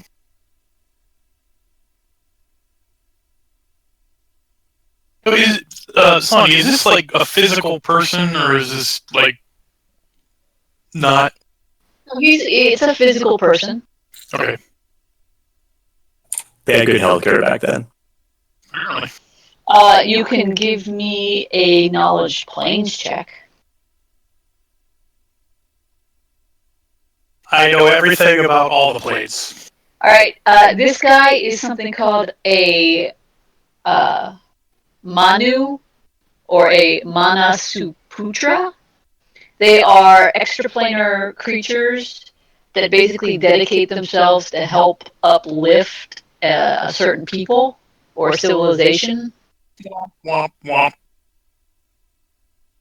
This guy's civilization is obviously gone and fucked, and that might be why he's not feeling very chipper. And I'm back. Welcome back. Yeah, so Crumb came back and saved the day. No one takes any negative levels. Hooray! I was gonna have this mental image of like Indra trying to, rouse his two spirit, kind of pat him on the shoulder, like, "Hey, buddy, you doing all right? Do you want a soda? McDonald's?"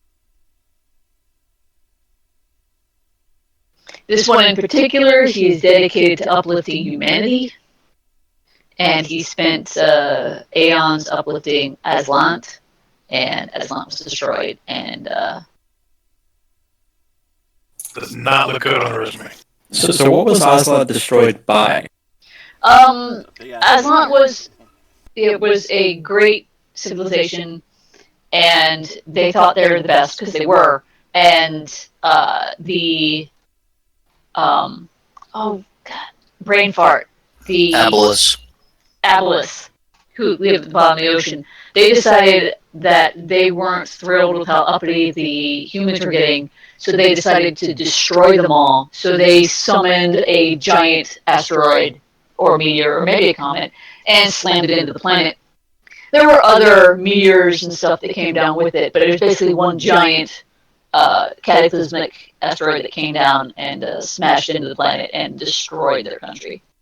And fucked humanity for a couple, 100 years. No, it was more. It was a few thousand years. Yeah, it'll just be nice. That's when the orcs came out of the Underdark. They came up because it was dark because massive meteor impact. So they came up and they swept across the land and destroyed everything. And the elves were gone because they had some inkling it was coming, so they skipped off the planet, except for some that. The ones that didn't skip off went into the Underdark and became the Drow, or they went into the far north and became the Snowcaster Elves.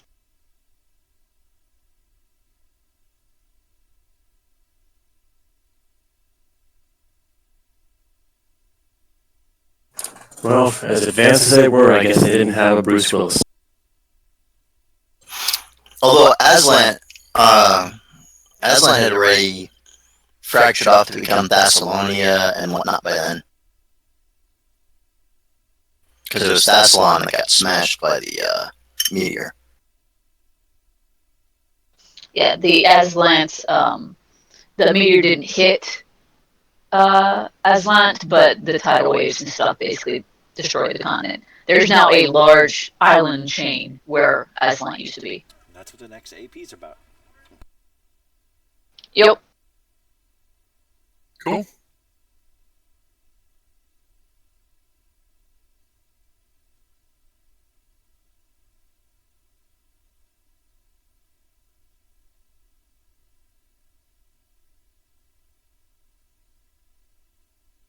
So after you blast off with the channel energy, the guy turns around and looks at you, and he's just like, "What in the world are you doing?" We had a funny feeling.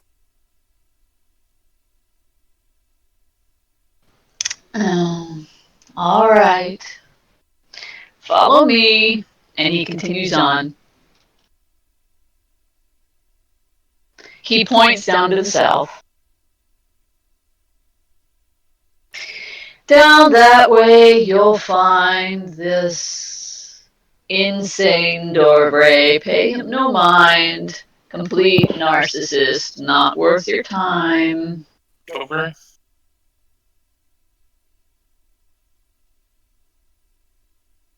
He thinks he's some sort of king or prince or something or other. Doesn't dress in yellow by chance, does it? No. It's more of a saffron. Oh boy. AKA Yolanda.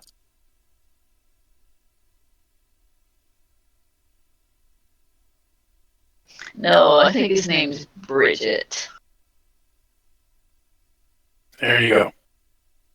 Yosef Bridge. Sani with the assist. And he keeps walking. Yeah, he was kind of an ass. Yeah. Well, maybe in another few thousand years he'll, get a hold of himself and decide to get back on his feet. The sandcastles. Yeah. Therapy.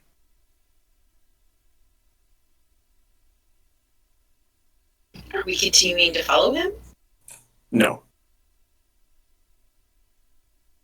I thought he was leading us to the Star Stealer. He To said the south. south. No, he said to the south is a crazy Dorve Oh, who thinks he's a prince. Yeah. Thought you were implying that's where the stele was. No, he's basically like on your right, the Roman baths. Oh, gotcha.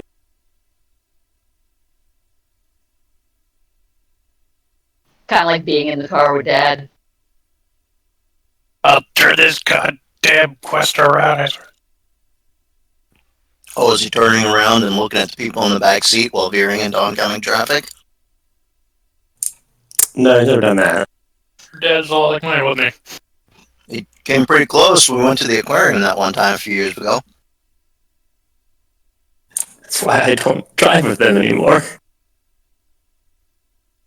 No, I meant the part where if you're driving with my father past any sort of historical monument, he's going to tell you the history of that monument. Whether or not you want to hear it. And God forbid you drive by a battlefield. Oh, God help you. It's like my dad with anything car related. It's like, well, time to call off the day. We're getting out to go look at rocks. Look, fields of grass. Yeah, our ancestor was here.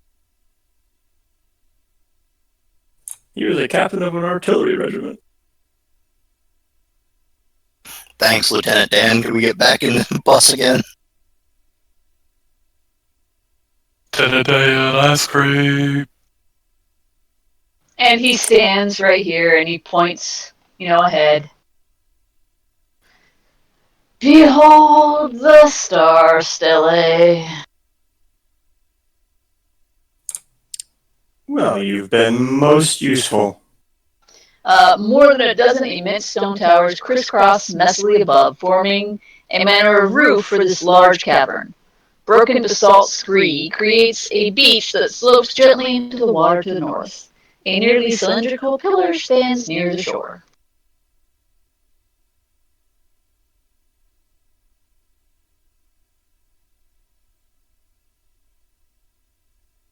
Okay.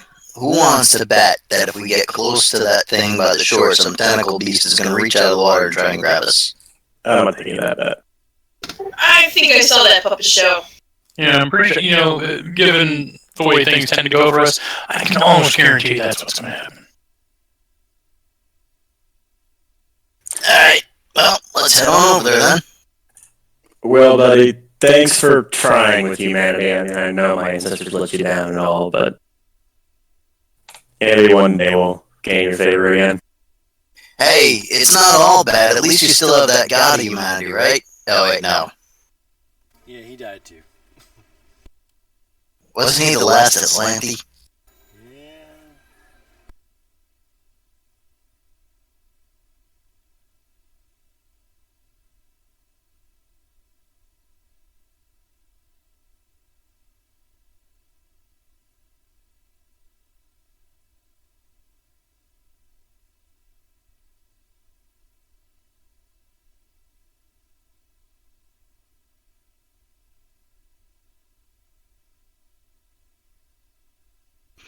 So where is the stele at?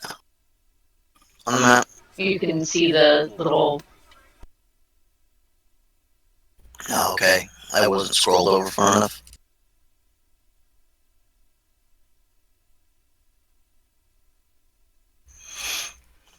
I will move along the shoreline towards the thing. Victor will keep his eyes open for anything ominous.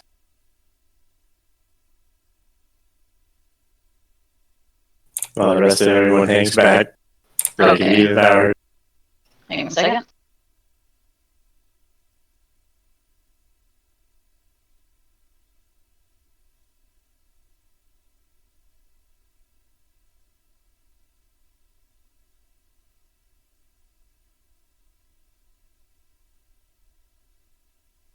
Everybody give me a will save.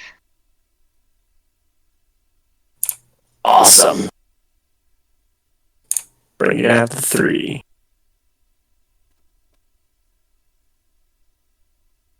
It's like my best save, and it still sucks shit.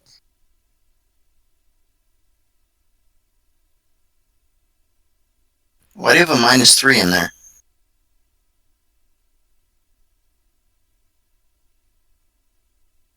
Darvin. That was... Yeah. Might want to remedy that. So yours isn't a 17? It would be a 20, assuming it's not there. Okay. Also, didn't you take a +2 cloak? Didn't we have you grab a +2 cloak resistance last session or something? I'm pretty Yes. sure. Everyone So- should have one, yeah. So that should be a +2, not a +1. So it should actually be a 21.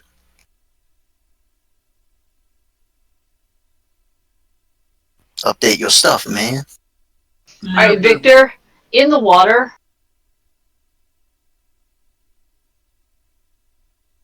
Is that like a command? I'm getting in the water?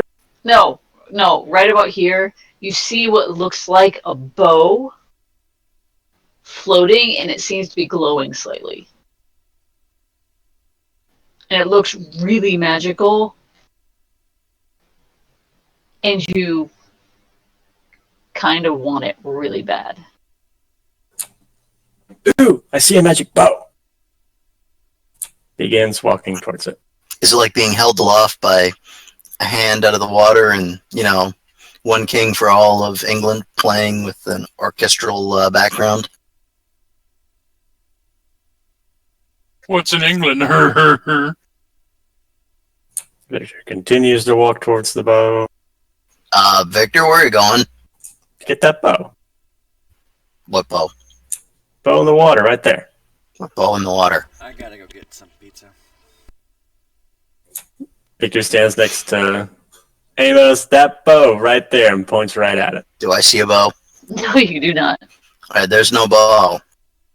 There is a bow. There's no bow. Yes, there is. I'm gonna go get it. Nope. Don't get any closer to the water. But I want the bow. There's no bow. Maybe you just can't see the bow. Maybe I can. I'm the only human here. Maybe it's like a Aslanti thing. I'm half human. Well, that's half not human. I'll close one eye. I still don't see the bow. Maybe you're closing the wrong eye. I'll close the other eye. Open the other one. Can you do a detect magic in the direction he pointed? Sure. Here. I'll yell out across the beach. Does anyone else see the bow?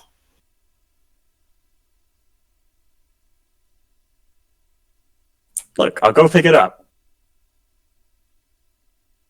Alright, so is he still going for the bow? Okay, everybody, roll your initiative.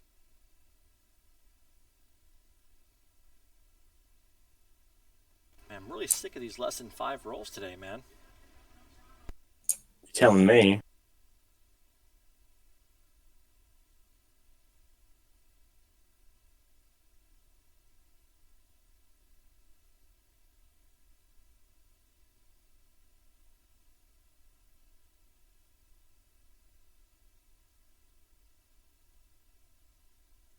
If only something would let me roll my saves again.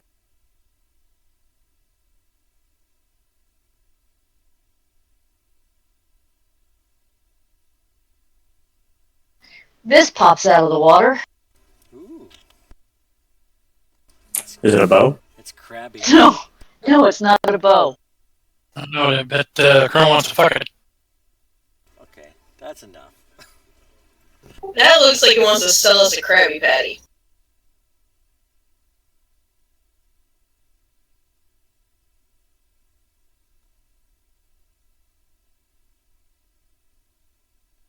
This thing comes out and tries to get a hold of Victor.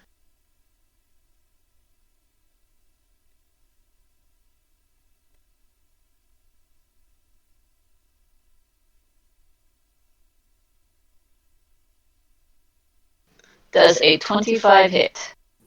Yes. Does a 45 grab? Yes.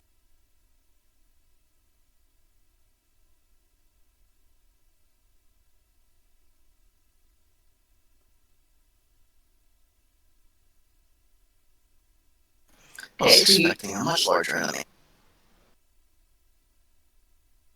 Amos? Well, Amos is going to. Wait, he's grabbed, right? So he's actually adjacent to him in one area or the other. Amos is going to advance up on him. Okay. You take attacks of opportunity.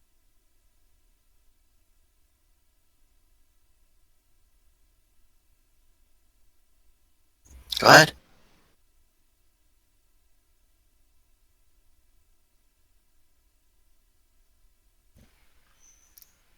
No.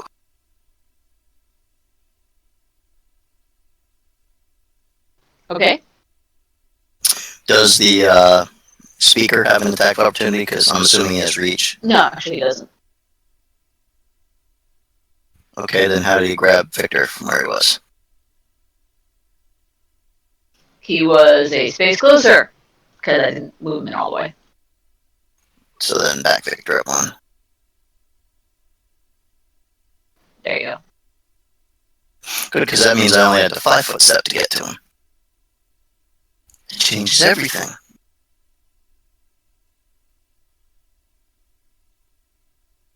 I will click my heels and activate my go fast boots, Your go-go boots. which are red because they make orcs go faster.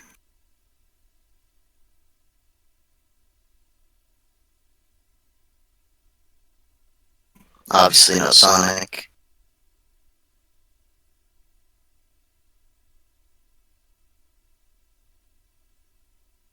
Hang on.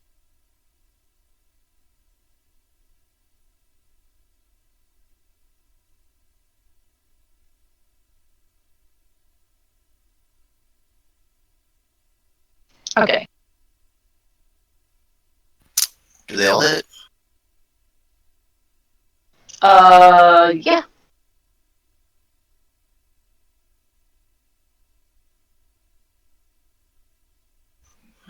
Okay.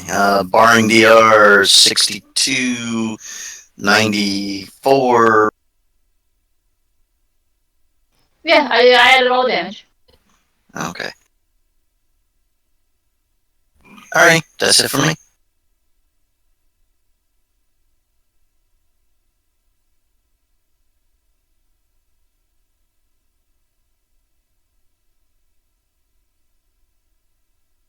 This creature is going to move forward. It does have reach and is going to attack Crumb. Oh, I have reach too. You're also flat-footed. And 27 is my flat-footed AC.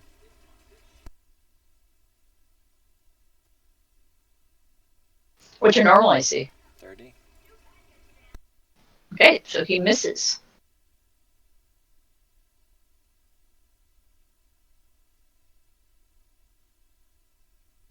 Indra. I'm going to 5-foot step here. So I get even further away from that motherfucker. I'm going to begin to dance, and then I'm going to cast haste.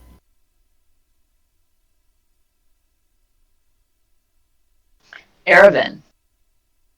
I am. Oh, Lordy. The thing. If you move, it's gonna attack of opportunity you. Unless he takes 5-foot step. Yes, I am going to 5-foot step. You know. And this one here, I'm going to hit it with the eagle eye.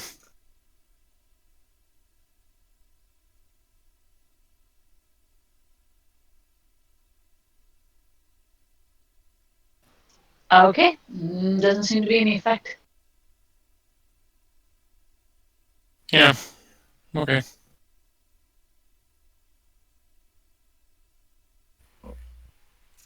It's a fungus. Yeah, I realize that now. You know, a plant creature. Yes. So, okay. Okay. I got something for next round. Victor, Okay. you are being hugged. Yep, I'm just checking something out real quick.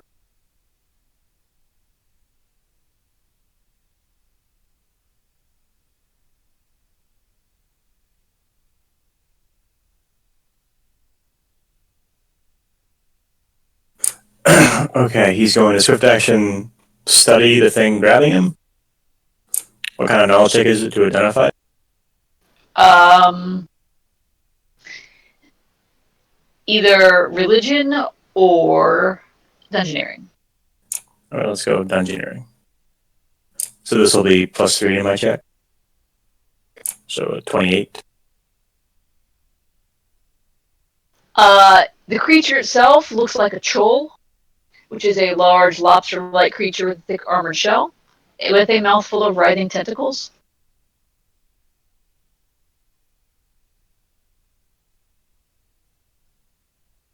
Um, Basic thing, they're immune to poison. They're large aberrations. They're aquatic. It's the tentacles in its mouth are paralytic. Lovely.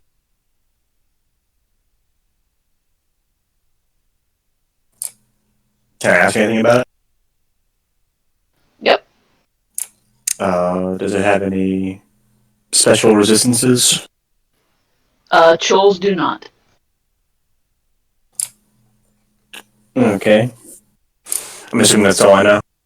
Well, you can also see that there are some, like, coming out of its shell in places are fungal growths. So it's not entirely normal. No. Okay, so I will relay that information to everyone as I try to break free from this thing. That's what, D20 plus my CMB? Mm-hmm.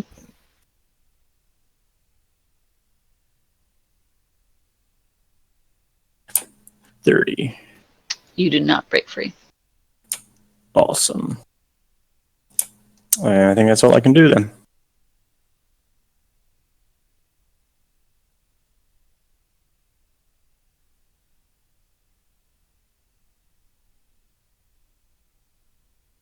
This one moves forward and attacks Amos. I'm sure that's going to hit. Hit something. Crumb. Feeling pretty crummy today.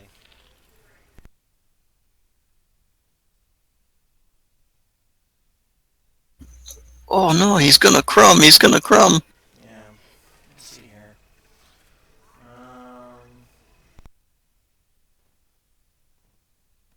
So does lightning work on these guys? From what you know about the crab thing, it doesn't have a resistance to lightning. Okay. But you are within reach of the fungi. Yeah, no, it's just cast defensively. I'm thinking a Holy Smite might be what I want to do here. No, because they're probably not evil.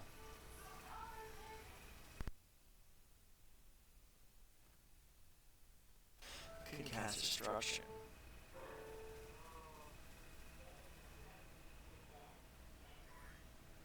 Make up your mind. What you going to do?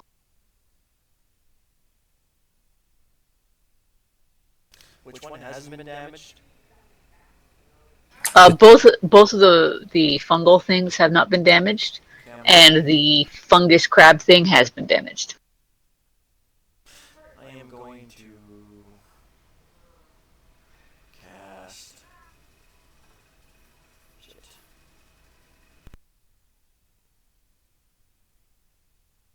I'm going to withdraw. No. Yes.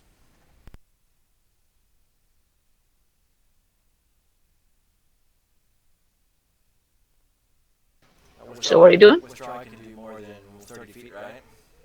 Yep. Okay. You do a double move.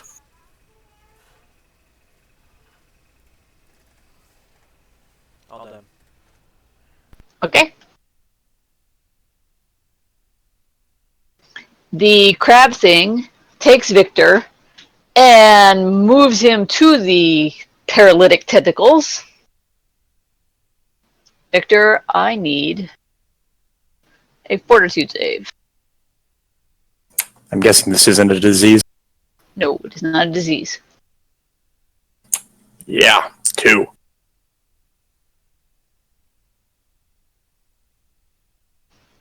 You cannot move. Awesome. Is he helpless? Yes.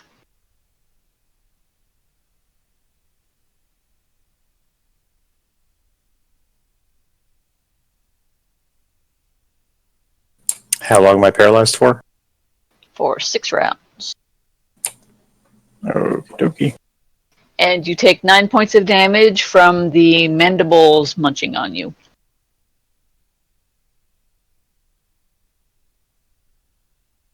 Amos. Amos will start with the attacking on the voice of the deep dude. Oh, wait, that was his move action. He's also going to attack Amos. It's not going to help, but... Yours says to turn. So just for sake, he's going to swing at Amos and miss. It's what he does. So now Amos will kill him. Victor's got this. We'll go after the fungal one. Alright, nope, miss on that one.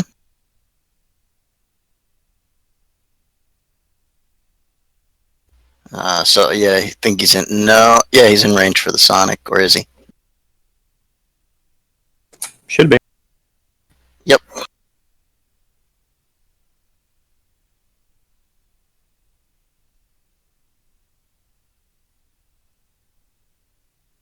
Whew, I've got your bad rolls, dude. They're spreading. Is he still up? Yep.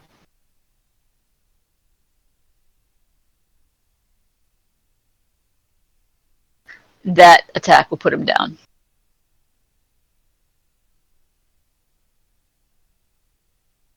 And he in turn puts Victor down.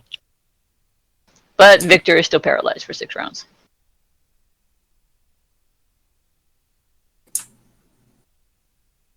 Five rounds now. Oh yeah, 5 rounds now. Okay, this fungus is going to walk forward and attack Indra. God damn it. Does a 34 hit. Yup. Does a 43 grab. Yup.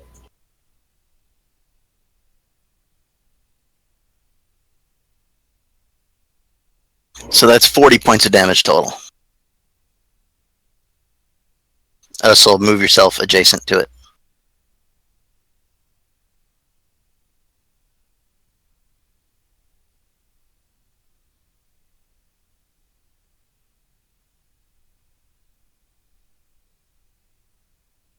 He is giving you hugs. Indra, what are you going to do?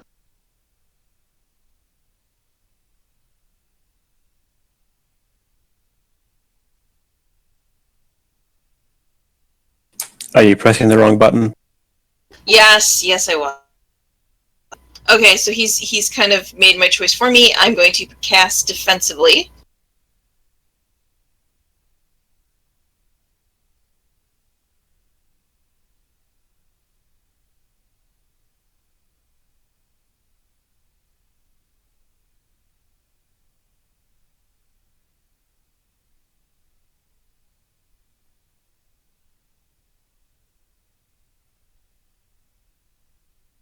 What are you casting?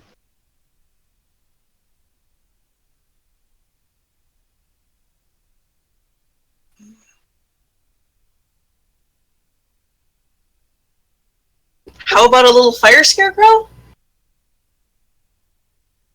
Okay. So real quick, do you happen to did you pick up Dimension Door as a spell? I did. Was just checking. So you're going to do 14 damage the next time he attacks you.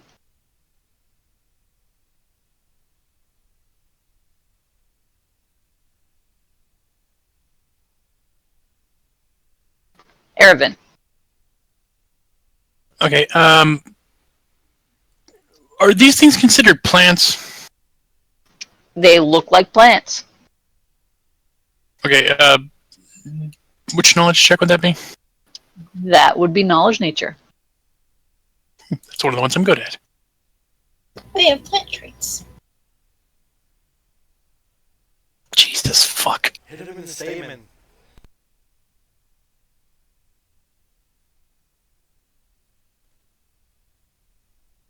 That's a special kind of stupid there. Okay, fuck it. Okay, Thanks, with that roll, I can tell you that while they look fungal, they are a fungus type of sargassum fiend, which is a shifting mass of green seaweed. Okay, in that case,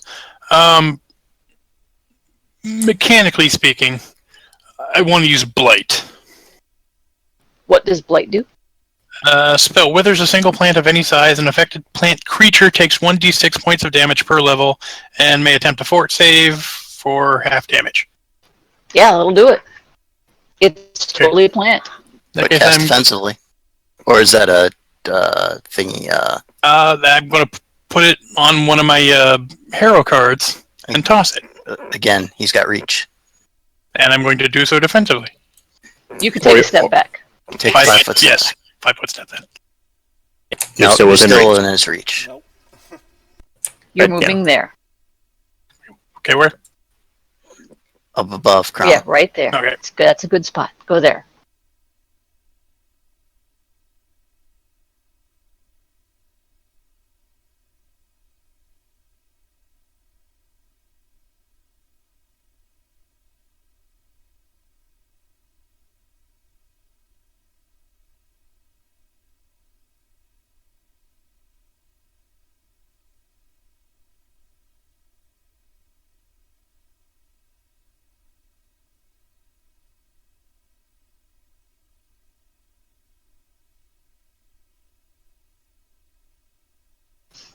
Okay. It does save. So it takes half damage. Did my ranged attack hit it though, since I'm throwing my card at it? Oh, no, your range attack did not hit it. You don't have any of the bonuses for. You've got to adjust your macro too to put in the bonuses for Solo's performance and everything else because that affects those stacks.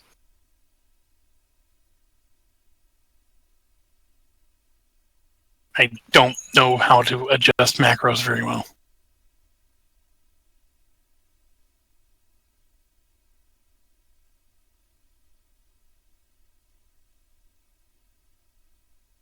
But even with the bonuses, you would not have hit it.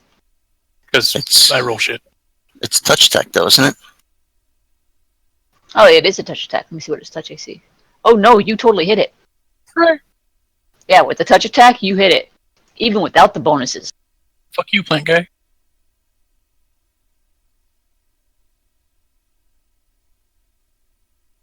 Victor is taking a nap. No, I'm paralyzed. You're just taking a forced nap. It's not a nap. I'm completely conscious. Okay, Victor is screaming inside his head. Doing that living statue shtick. The Sargassum Fiend 5 foot steps and will attack Amos.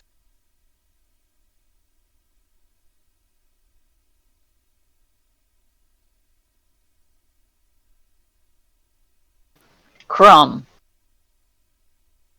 I don't think you're ready for this, Sani. I don't think you're ready. Keep in mind, Ender is about to die. I got you. I'm going to quicken channel. Okay. Quick channel. Roll it. Excluding the bad guys.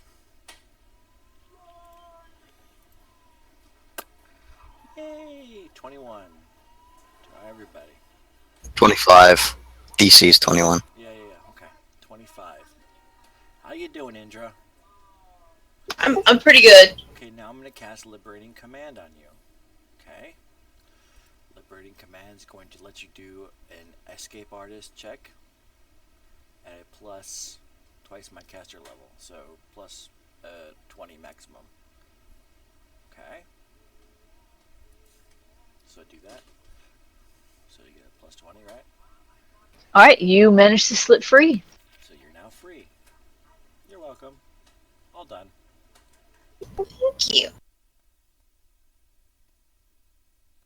Think, real quick though, don't use the quicken channel to do that. Liberating command's an immediate action. So, Sure? yes, Oh, I'm sure. yes. So yes, I'll just do a regular. I thought it was a full round action because it's a spell. No. Okay, I'll take one of my channels back then. Yeah, Liberating Command is one of those, like, you've been grappled, fuck you, I Liberating Command. Okay, I wish I had known that because I would have totally did that like a while ago. But that doesn't matter. It's all good. Okay, I am going to attack the fungal guy here because that's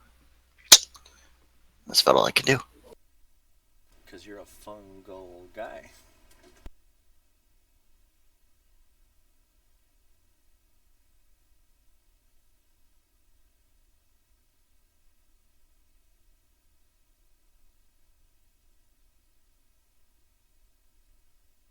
Okay, hang on.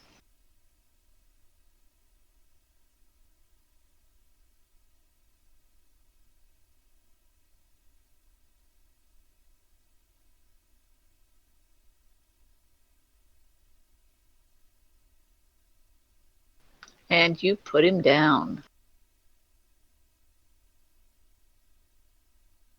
Does he burst into spores? No, the crab guy did, but you're Amos and Victor's immune to disease, so I didn't bother rolling it.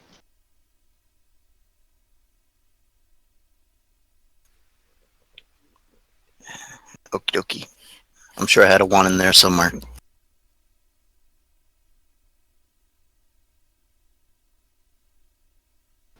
Fungal thing is gonna try and pick up Endra again.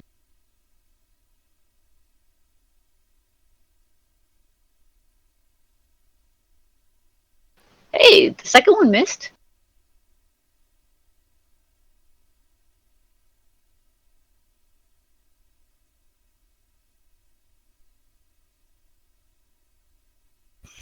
Indra, Yes. did 31 hit you? Yeah. How much damage does your fiery shield do to it?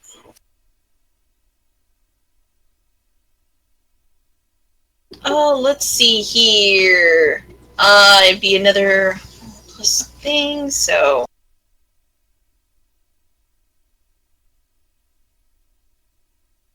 That's what, 1d6 plus 13? Yups.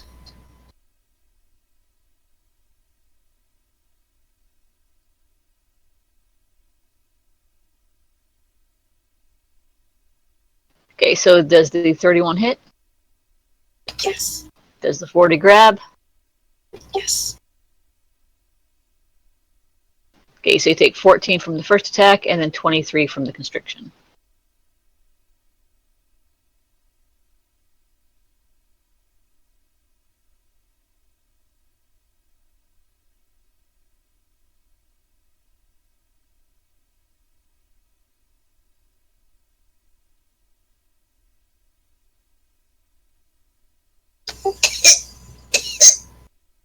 Now it's your turn.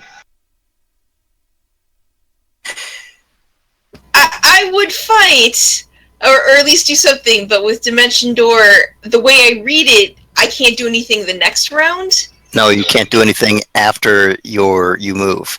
So basically, you cast Dimension Door, and then your turn's over.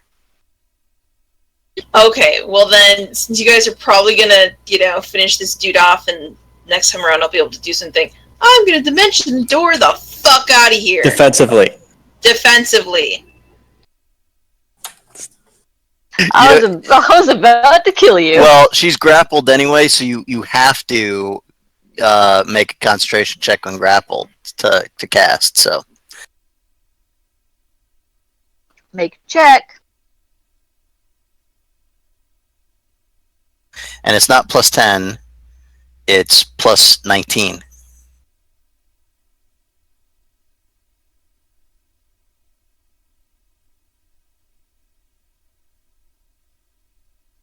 And what do you need to get to succeed? Hang on, I think she's got 2 that she's got to do. So 1 sec. Okay, the DC for Dimension Door. The DC for Dimension Door Damn button. defensively would only be let's see, it's a level 4 spell, so it would be 24, 23. Yeah, 15 plus 8, 23. But you also have to make one for being grappled.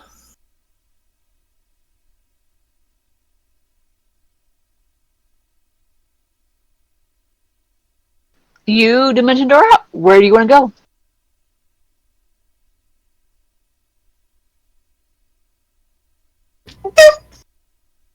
You can move yourself anywhere within, like, what? Is it 100 feet? 300 feet?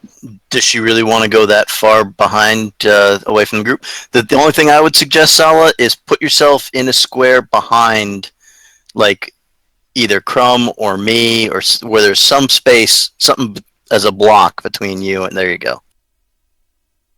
Okay, Erevan. Sala does not die today. Yet. Right.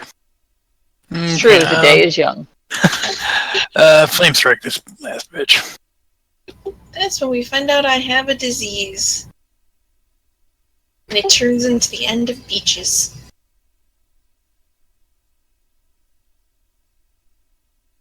Hold on, gotta find my button.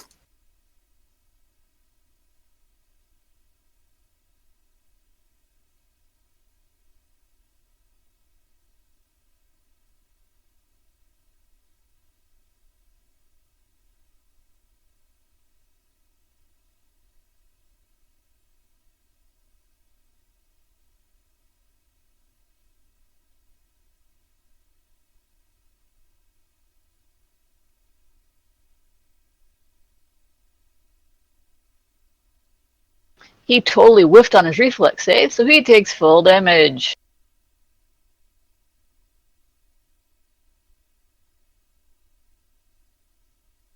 Victor is silently cheering you all on.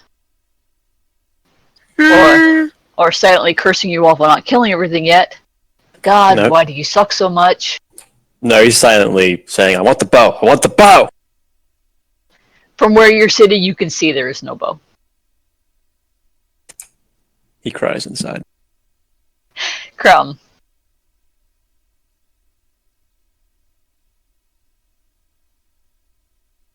Crumb is going to take a 5-foot step forward and unleash hell.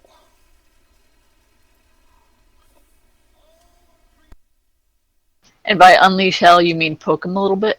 Yes.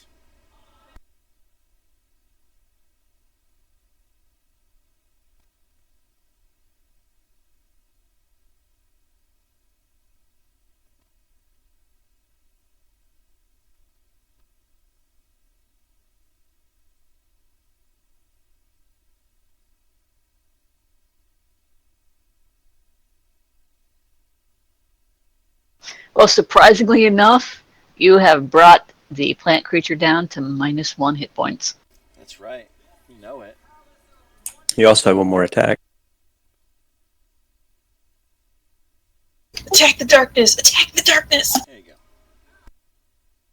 go. Okay, you have killed the plant creatures. Yay. Yeah. Well, because he was talking about since he's just laying there, I'll brush a bunch of sand together Can we teabag? and take one of his arrows and make a little flag at the top of his little sandcastle tower.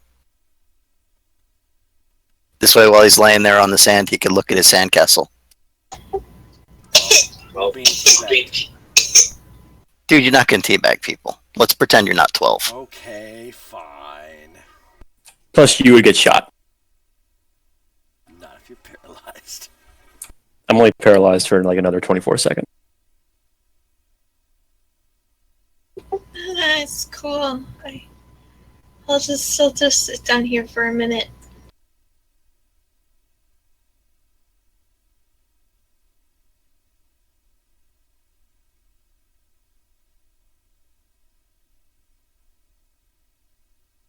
So, we could do anything about Indra's bloody wounds or crushed ribs or whatever it is that she got done to her. Is she done being all like dimensional doored? That was done as soon as she placed her purse in there. Okay.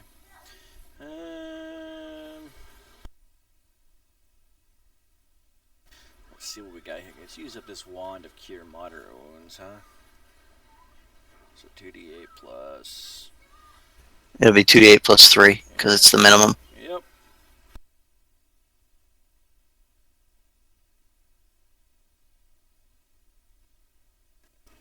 Alright, so I got 4 of those, so. How much you good now?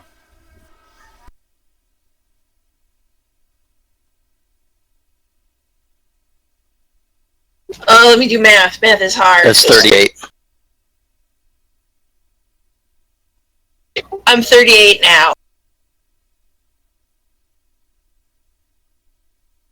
Alright, so that wound is broken, and then cure serious wounds is cash level 5, so 3d8 plus 5.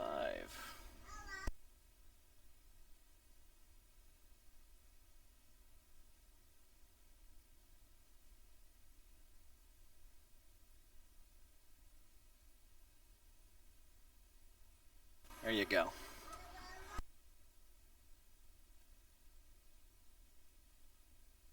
I feel much better, thank you. You're welcome.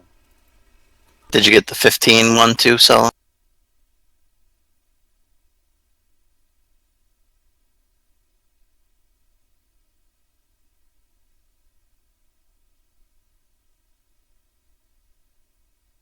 I am whole again. Everything's back where it should be.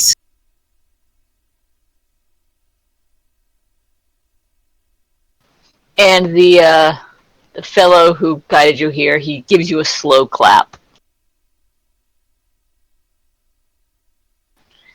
He's like, oh, so very impressive. He's looking at Victor and just shaking his head.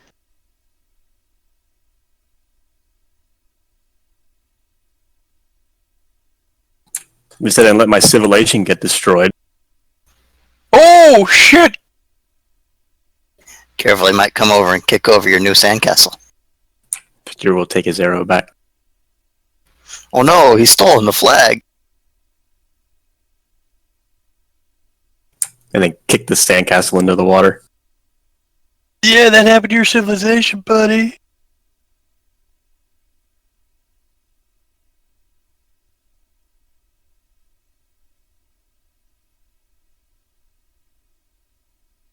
Yep, that's us, the heroes of the world, taunting the several thousand-year-old creature. Well, he doesn't care. I gotta go put pajamas on my daughter, BRB. The creature walks closer, looks at you,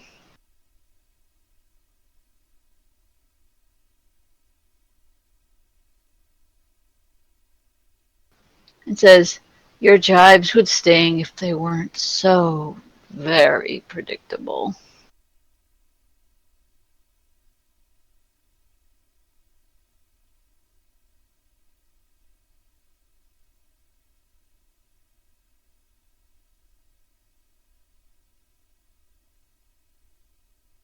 Well, so all we needed him for was to find this stele, right? Yeah, we didn't even need him.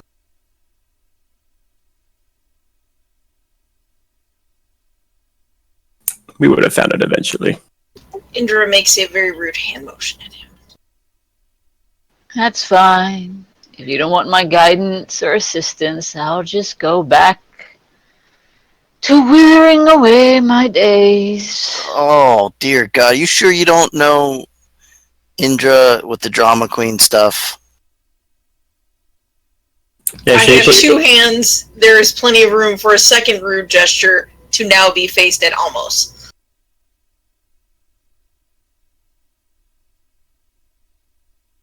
Do you even care if this world gets destroyed?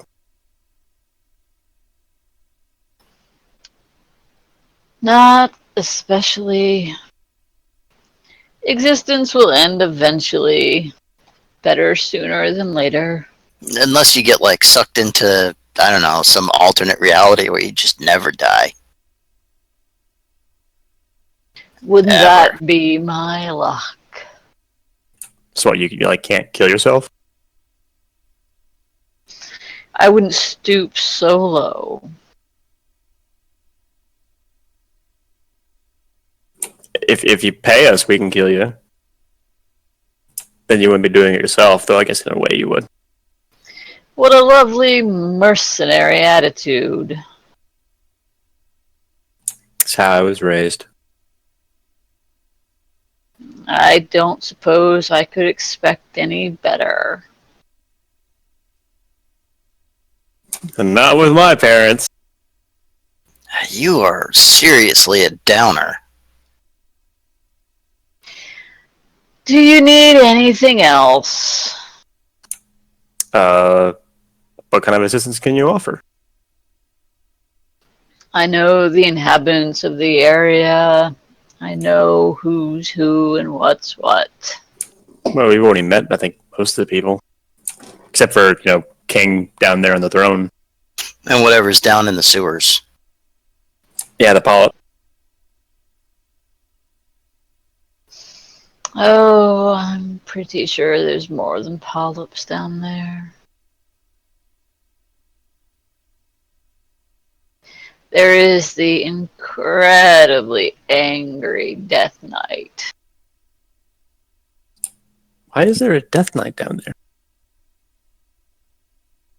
Wait, sorry, not Death Knight, Grave Knight. Oh, great. Why is there a Grave Knight down there? He shrugged his shoulder. She's been wandering around the city for ages. So you don't know why she's down there. I assume she got bored with the rest of the city and decided to head down underneath it. Well, why is she so angry? Other than, being undead. I'm back. There was something about her being here when the snarl was created.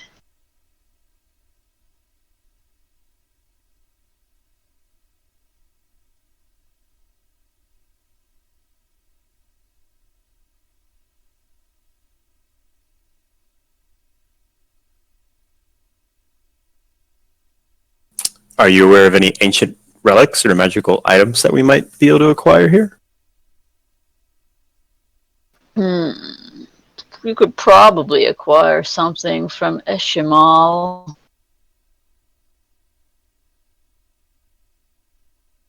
The what?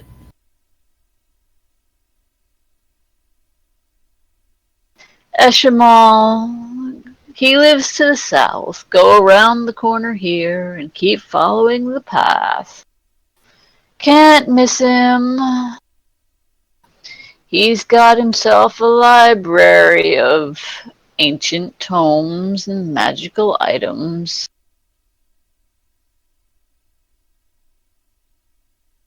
Well, he certainly cornered the market.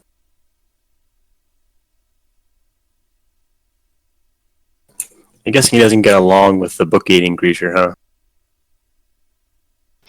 Not especially, no.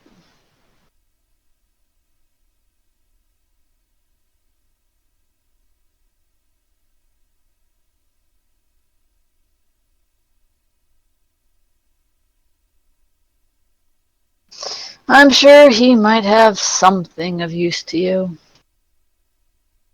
I doubt it.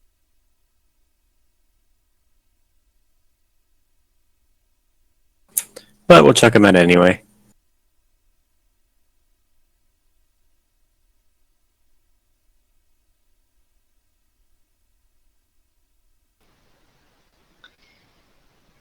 If you'll excuse me, then I'll be on my way. He looks over at you all and just shakes his head and starts walking off. Yeah, don't let us get in the way of your moping and feeling sorry for yourself.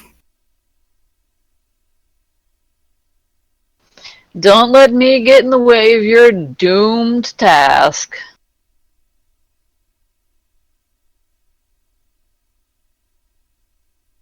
I was actually kind of hoping he would. I really wanted to just stab that guy to put him out of our misery.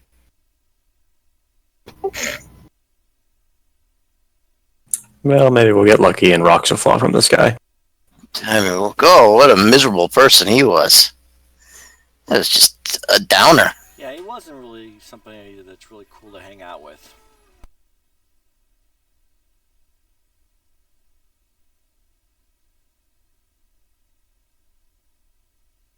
So Victor will look around to see if there is a real bow anywhere. Nope, you don't see any bows. Not around the stele Nope, no or bows at all. in the water. Mm-mm. Maybe the king guy has it. Sure. No, I mean, he might be sitting on a throne. There might be a monument. Useless rocks.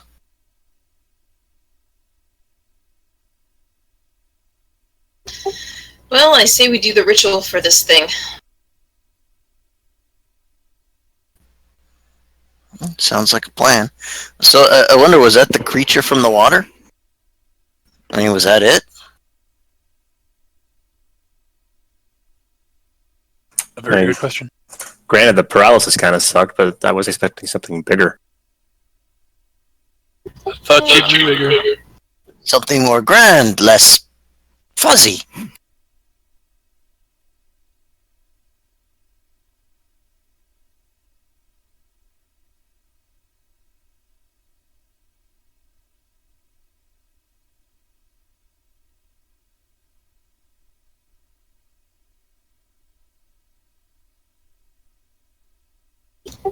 So, arcane first?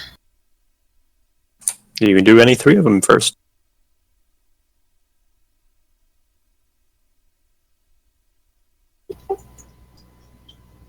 I've touched myself with heroism and danced before this, so that gives me +7. Okay.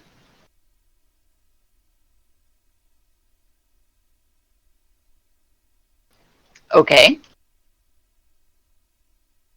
Ouch. This is gonna hurt. People helping you? Yeah. Sure. Nah. Is everybody helping? I will. Victor's not? Does she need the help? I got a 14. +7 puts it at 10. I need to know if you were helping do the ritual. Sure. Let's have Ender take more damage. Ender takes 24 damage.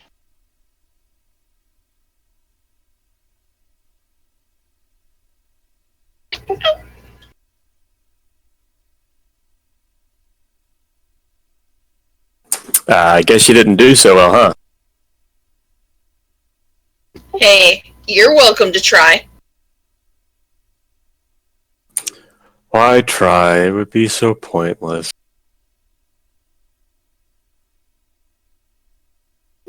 Okay, shake out my hands, roll my neck. You want to get healed up first?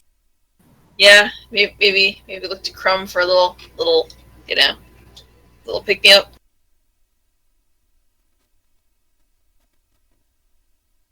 Fine. Here's a wand.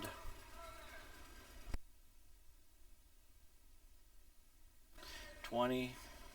How much more you need? 4, so I'm good.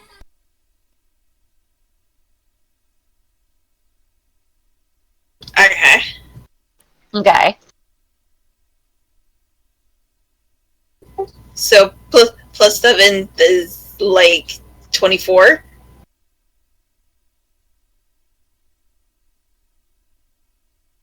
For spellcraft? Yes. No. Damn it. Are you adding your +7 again? She is. I'm adding the plus 7 verbally afterwards. And then isn't there a bonus from 4 of us helping? How much of a bonus do I get for these guys helping?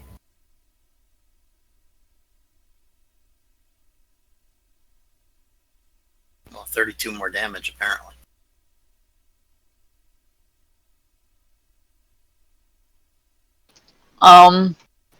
With all of them helping, I'll say that you have enough to make it.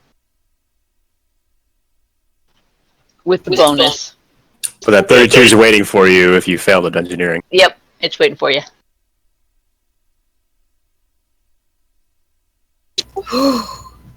Okay, you're alright. Yay!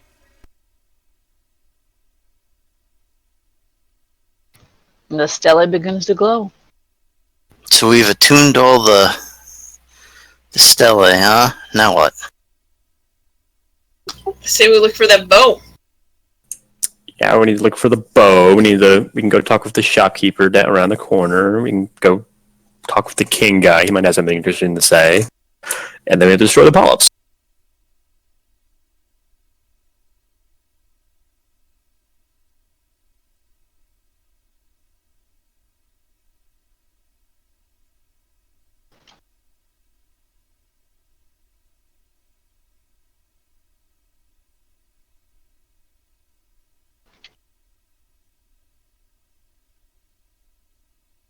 Where are you going? Thought he said the shopkeeper guy was around this corner. I thought you meant like the corner that we came from. No, that's the king guy. Well, let's go see. Somebody else go first.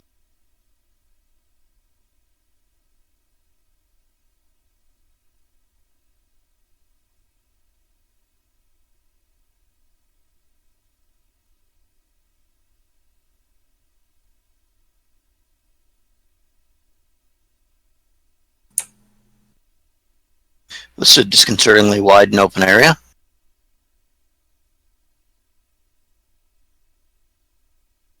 Right over here,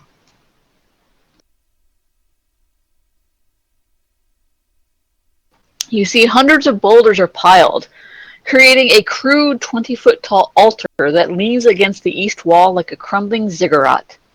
Expired candles and a variety of skulls perch atop the stones, and designs of a fearsome red ochre decorate the facade.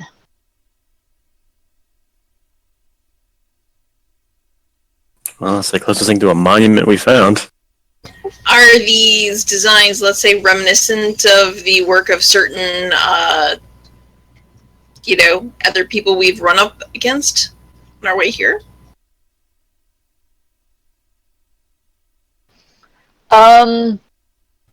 There are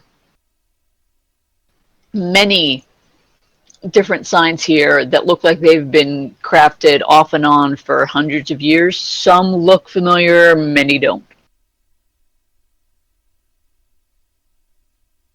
So it's like the airport chapel. Mm-hmm. I'm gonna do a detect magic around the altar. You do notice glowing in the altar Knowledge religion. what looks like a bow. Oh, point.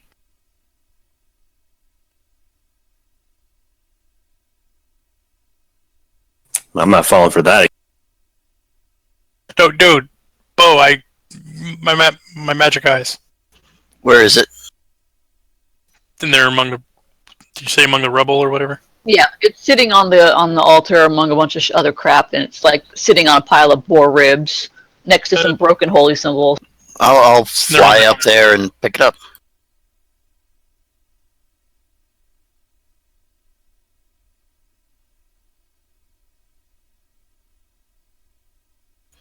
so I don't actually step on the pile of rocks. I will fly over it and then pick up the bow. Okay, you grab the bow.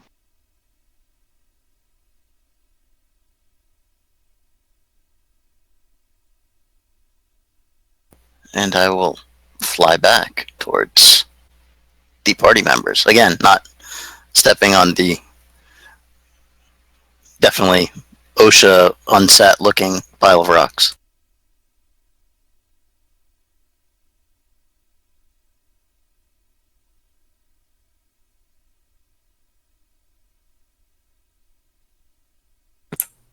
Can we identify it?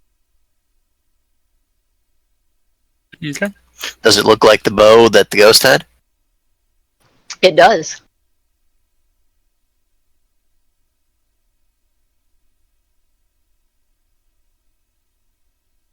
This is a +2 adaptive longbow. Sorry, adaptive composite longbow. It's a +2 adaptive composite longbow. Longbow. So it's what I'm carrying. Gotcha.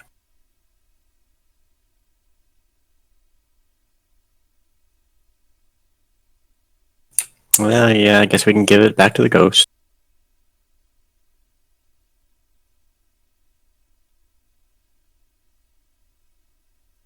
Can I see anything down south?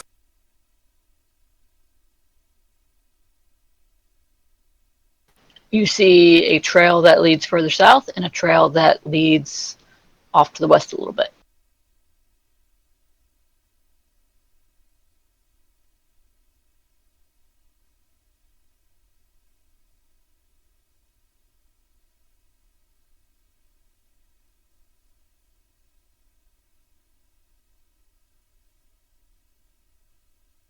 Where's the trail that leads to the west a little bit? What? Oh, down further past here. It's blocking or blocked by line of sight. Now, which way do we want to go? I'm gonna guess that south goes nowhere since it goes off the map. Everybody give me a perception check.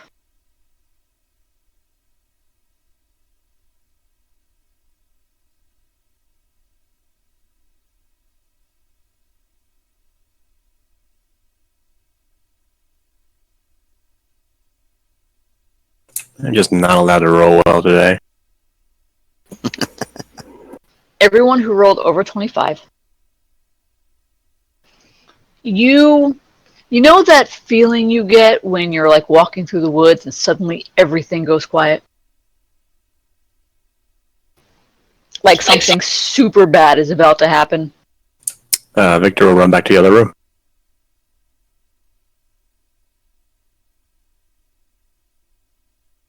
Nope. What's everyone else gonna do? Look at Victor trying to figure out what the fuck's wrong with him, because I don't notice anything wrong. I'm gonna stay next to Amos. Now back up to the mouth of this area and let's see what's coming. Steady yourself, folks. Oh, that didn't sound good. As you move out of the way, time seems to crawl to a stop as the collapsed buildings fade from view, replaced by intact towers with a desert plain beyond. A woman in a stylized breastplate steps into view on the stone street, plants her great axe on the ground, and calls out to the god Robagug. She receives no response, but as she turns away, the sky blazes with fire, and something crashes to the ground. As one of the towers begin to collapse as a searing wave of fire and debris obliterates the woman. However, because you moved out of the way, the crumbling towers and debris fades away before it reaches you as the haunt dissipates.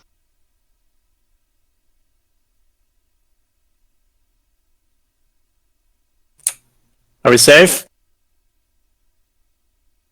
Looks that way.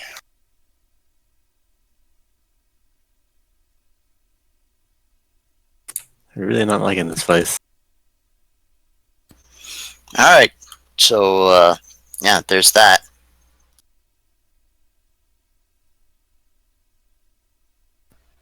was super creepy. I know. Rovagug followers are nuts. What's Robogug? He's the god of chaos and destruction. The party god. He's actually sleeping in the middle of the planet where he was imprisoned by all the other gods because he's that much of a problem. He's not really he so much as an it. It's a Got dick, man. various forms and Hashtag chaos. Like all the other gods got together to imprison him. Like all the good ones and all the bad ones. It's like the only thing they've ever done together. technically the two people that mainly were responsible were Asmodeus and what's her name? Sarenrae. Sarenrae.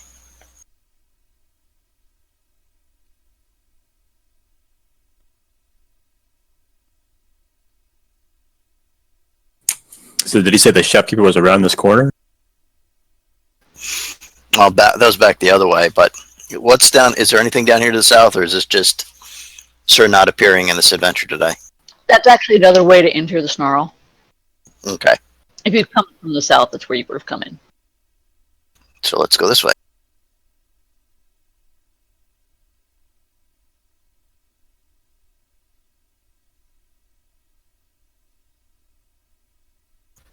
Ah, well, that's interesting. Okay, this room. Recesses carved into the basalt walls support a wealth of tomes, treatises, and scrolls. Several dozen other volumes lie open on stone lecterns and improvised desks, amid which hide an assortment of inks or ink vials, quills, and styluses. The uneven floor has buckled here at an unpredictable angles as the many towers gradually settled over the millennia. And for anyone who is especially good aligned, this entire area feels kind of off to you. Oh, I'm lawful neutral, I think. So Yeah, you feel fine. Chaotic good, so I'm assuming you feel something. Yeah, it doesn't feel like you just feel uncomfortable. I don't like uncomfortable. It's kind of like you feel unwelcome here. I don't like feeling unwelcome here. And sitting there, and I'm used to this feeling anytime I get too close to Indra.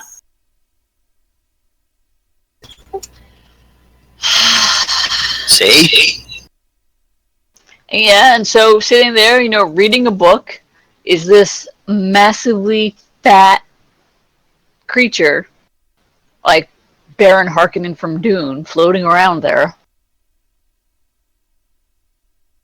Send in that floating fat man, the Baron.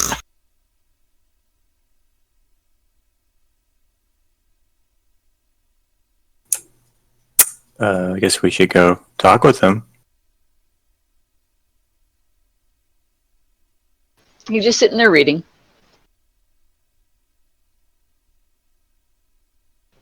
And as you approach, he looks up. He's like, "Oh, why, hello there. Victor will wave. You're new in the neighborhood. What brings you to Jerusalem?" Saving the world. Revenge, the huge. Interesting. What brings you to my humble abode? Well, we heard from, the gloomy guy back there who's been around for a few thousand years that you might, be interested in parting with some wares.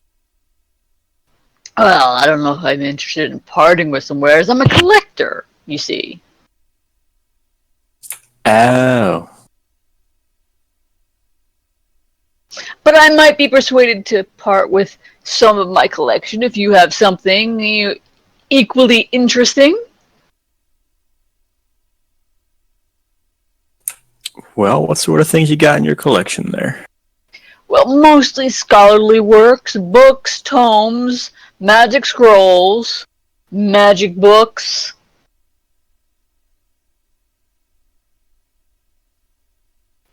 A few romance novels, wink wink. The tentacle and I.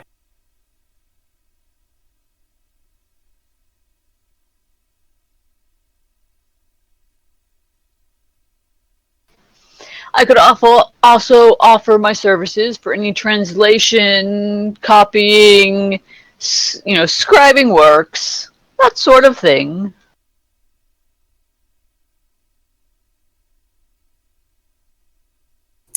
You probably would have helped translate that, thing. What thing? Just a thing we found a while back. Don't worry about it. Well, now I'm curious.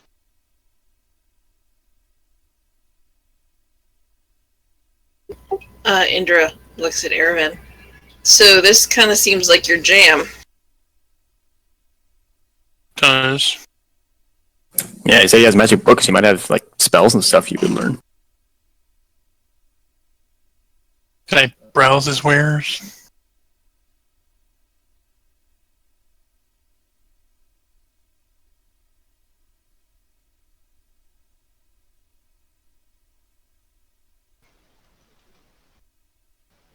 It's like he looks at you and says, you don't happen to be a wizard, do you? Not as such. Yeah, most of my books are wizard books, and you know how wizards are with books. I don't think you'd be able to master these spells. Probably not. Though I do have this, and he rummages through some of his books and pulls out a book that, in embossed gold letters at the title, says Manual of Quickness of Action.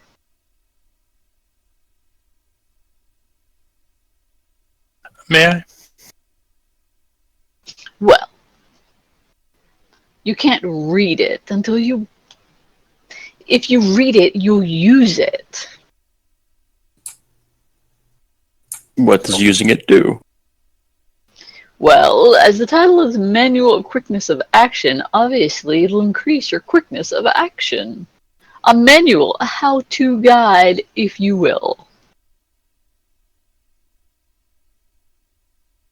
A manual quickness of action gives you a bonus to your dexterity. It's basically like a belt of dexterity, only permanent. Gotcha. It's also a different type of enhancement, so it will stack with them. It's the same effect as if you had cast a wish, depending on the level of it.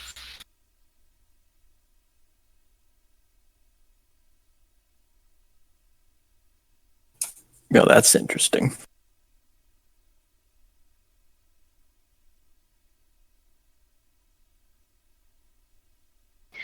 And if you're looking for a spell in particular, I may be able to find you a scroll that has it on there. You can learn from scrolls, can't you? Yes. Yes, I might be able to help you out there.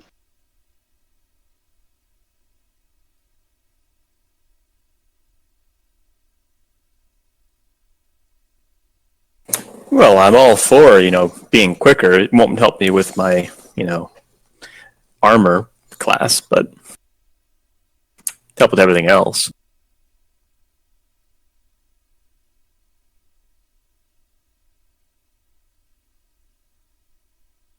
Would that bonus stack with the plus stat that we got from being in the Dreamlands and fighting our doppelgangers? Yes, it would.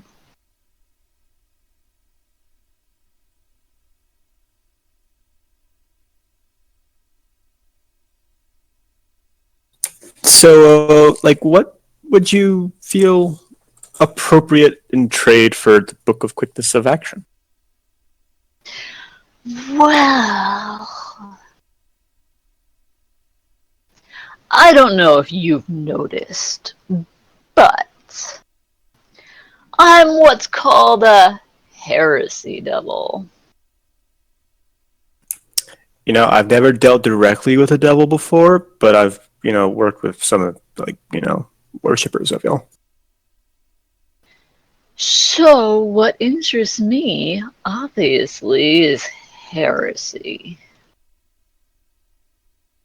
I'm not sure dealing with this guy's, a good idea. Mm. You think? Yeah, I mean, Oh, come now. It doesn't have to be your heresy. Any type of heretical tome, heretical writing, banned books, burned books, anything the religions of the world would rather not see the light of day, I'm sure I would love. Uh-huh.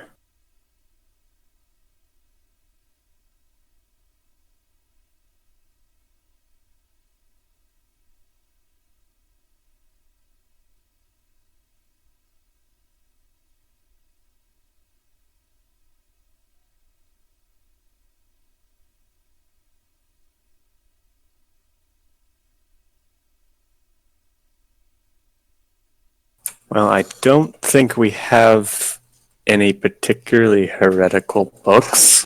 Well, not so fast. We do have the collection of strange books that we Keep in our bag, yeah. Yeah, that we still have from our times discovering things about the Dreamlands and such. Some of these seem a bit unsavory.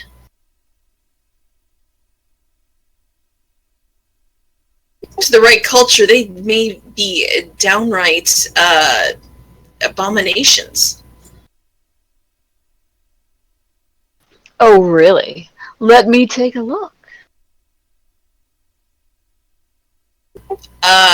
We'll start with the first, like, let's say 5. Oh, Hang on. We didn't keep most of that stuff when we were done with it. All we kept were the ones that are actually written on the list. Yeah, there's a giant list of 1, 2, 3, 4, 5, 6, 7, 8, 9, 10, 11, 12, 13, 14, 15, 16, 17, 18, 19, 20, 21, 22, 23. On the loot list. Oh, loot list. Because once the stuff was used, when we didn't need it anymore, we sold stuff because it actually had a monetary value attached. Unless it was never given a monetary value, then we held on to it. Then we might have held on to it, but otherwise we sold everything.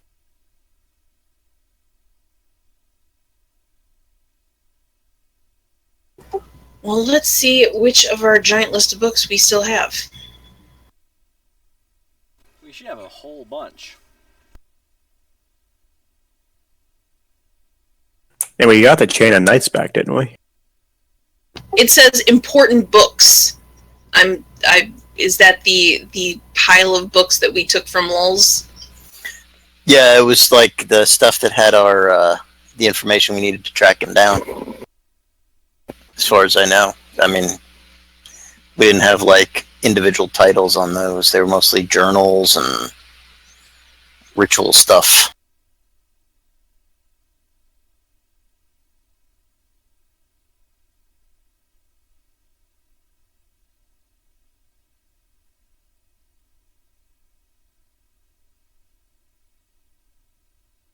Okay, are you talking about like the books that we had to like research in to figure out stuff in the Dreamlands, or are you talking about the stuff we took from like Biting Lash and Mun's place to find Lulz? The stuff from Biting Lash and Mun's. I'm talking about the books from that we took from Lulz's house that we used to help figure out stuff from the Dreamlands. Yeah, like I said, I think those were sold after we didn't need them anymore.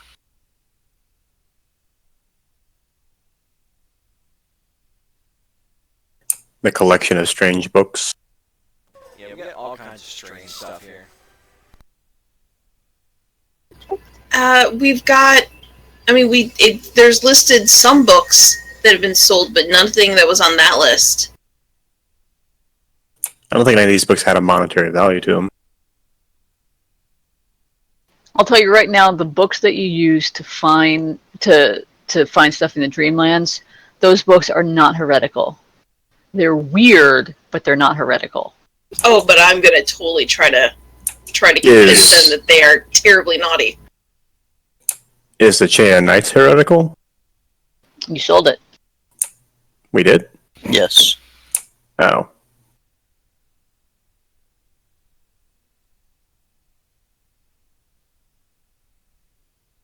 Well, then I guess we don't have anything, do we?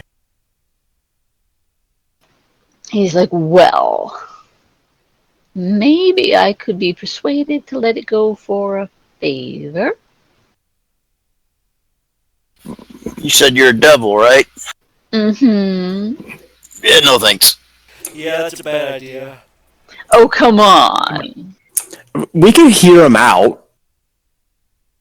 I can't believe I'm about to say this, but I actually agree with Victor. That's a very, very bad idea.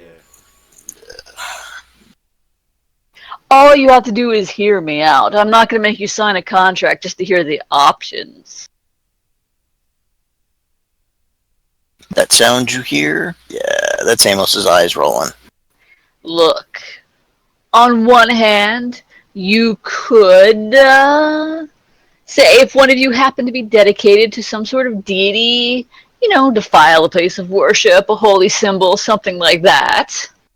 Yeah, that's not gonna happen. Yeah, I can't do that when I don't pray to any deity. Or there is that disgusting Otiug that wanders the city. If you took care of that and brought me the corpse, I'd be glad to trade it for a few volumes. The Otiug? Mm-hmm. The thing we sold the book or fed the books to. Oh. I Well, believe man, that's didn't- the Odium, right? Yes, that's the Otiug. I don't know. She was pretty solid by us. She had much more reasonable prices than what you're offering. I mean, we got many fine goods and items for actual money that we could spend, not this favor shenanigans. But she didn't have anything that I wanted. It's not all about you, Victor. It's never about me. Or if you perhaps came across something heretical here in the city, I suppose out of the interest of furthering knowledge, I wouldn't even have to take possession of it from you if you would just allow me to peruse it, perhaps make a copy for my own collection. Wait a moment. Well, that sounds reasonable. Not too far away from you. Around the corner. There's an altar. What's an altar to? That old thing? It's just a bunch of ignoramuses graffiti on the walls. It's not so much an altar as it is just some sort of collection of bric-a-brac. Well, that's how you view it, but to the people who made those symbols and signs, it was important. Maybe Trust me, darling, I know these things. Heresy devil. Victor's gonna look at the rest of the group and, motion. He just wants to copy something. We don't necessarily have to give it to him. No. Why not? I'm telling you, it's a really bad idea. If it's what you're thinking of, no. Yeah, that seems kind of not What advisable. are you thinking of? I'm getting the impression that you have something that would be interesting.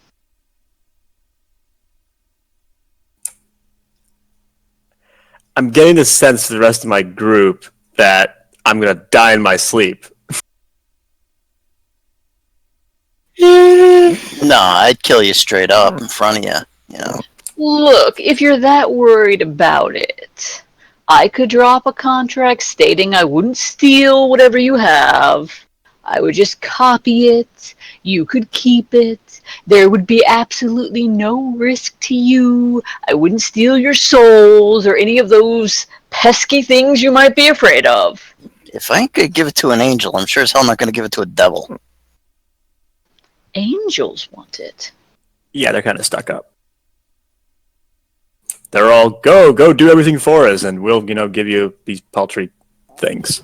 Idra is literally sighing, shaking her head, and just rubbing herself. So what are you going to do when the angels come back and demand whatever it is you have? I think they're thinking they just giving it up. Who's thinking of giving it up? thought we were. Indra's always giving it up, you know? No one was. Have you been paying attention to what we've been saying for the last couple days? No. We have more important things to do than to worry about the hurt feelings of some I angels. thought the whole point was that once we're done with it, then we give it to them. Maybe. We never actually decided on that. That depends on the outcome of this whole thing. Well, I hate to interrupt, but what if you could give them what they want and keep it at the same time? No, you're not making a copy of it. I was going to make 2 copies of it. One for me, one for them. And then you could keep the original. No. Yeah, I'm not sure I want It's a bad idea. I don't even know why we're still talking to this guy. Why are we talking to a devil? Because it's beneficial. To him? To us? Look, the angel's going to come back for it. If you'd rather slaughter the emissaries of heaven than deal with an honest devil, well, what does that say about you? That we don't suffer extra planar fools lately. Yeah, we have kind of made it a small habit of taking ending them badly. To be perfectly honest, just saying. I mean, it's refreshing to talk with, yeah, he's a devil, but it's he's not trying to kill us. Yet. Dude, it's a magic book. You know what? You could probably buy a magic book like that back in Kathir. Victor will hang his head low. And not have to make the not even proverbial, literal deal with the devil.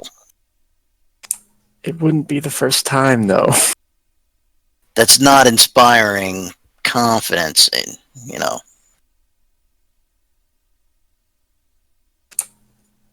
It's a very bad idea. Oh, you're just saying that because you're a cleric. No, I think everybody can be redeemed, but this is just a bad idea. Okay. One last thing. The Penotic manuscripts. I can't say words. Words are hard. Actually, narcotic record, I have to delete. That's what we actually fed to The Odiug. The Odiug. No, it's what I'm talking about is PNA. Narcotic record. It says manuscripts. Yeah, the narcotic manuscripts, so we gave that to the preacher. No, there's the narcotic record and the Pacatonic manuscripts. Pacatonic, that's what you say. So we fed the record to the other things, so we still have the manuscripts? I don't even know. All I knew is that we had the narcotic, PNAKOTIC. Yeah. Is a specific item, and that's what we gave to the Odiug. Okay, so you don't have that anymore. And if it said manuscripts in one place, it actually says record on the items listing. Yeah, it's the same item, so you fed that to the Odiug. That's how we got the other way into the underworld.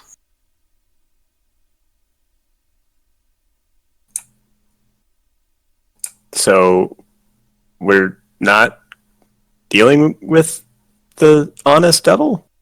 Yeah, he's about as honest as nobody. I have been completely and unfailingly honest with you this entire time. Yeah, these guys are kind of unreasonable.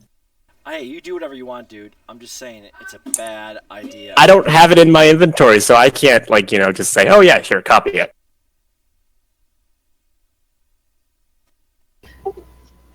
Remind me again, the other guy, he thinks of himself as some sort of king. Perhaps he's in saffron robes. Is that correct? Or did he think he was a god?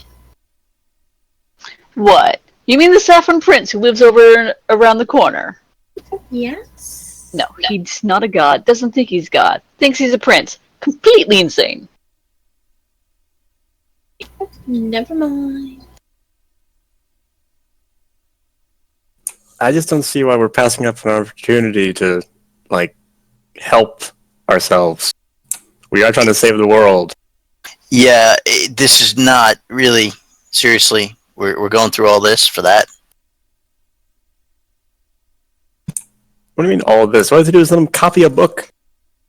No, Or kill an abomination. Since when is that bad?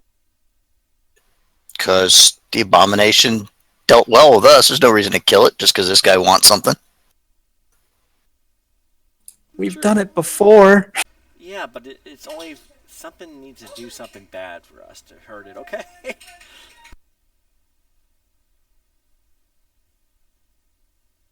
Sure, we'll murder a hobo a bunch of things, but there's got to be a good reason for it. Besides self-interest. This is a perfectly good reason. This is not a perfectly good reason. This is a perfectly self. Normally we're just like, oh yeah, we'll get like 1,000 gold pieces if we go, kill this people or whatever.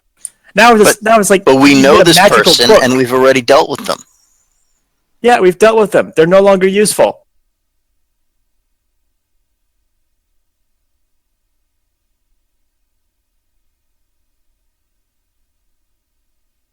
I mean, if you're so hell-bent on killing somebody, why don't we just kill the devil and take his shit? Because he's I'm okay being with it. cordial. He's an evil outsider. I don't really give a shit. I would prefer to turn him to Shellen's love and embrace, but I just don't think that's going to happen. He looks at Crom and grins. Oh, really? Tell me all about your loving embrace. I'm sorry. It's not my type, but maybe if you buy me dinner first.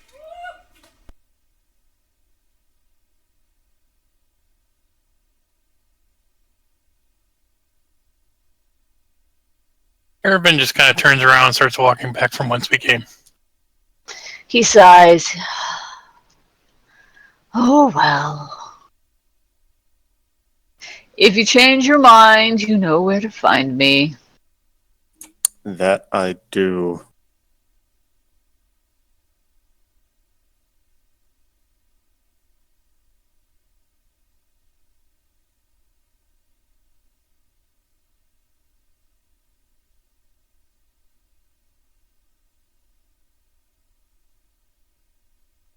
Ender looks at Ervin.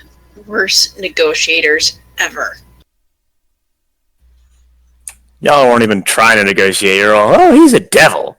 Ervin just kind of holds up a finger to everybody, just kind of gives them that shut up look.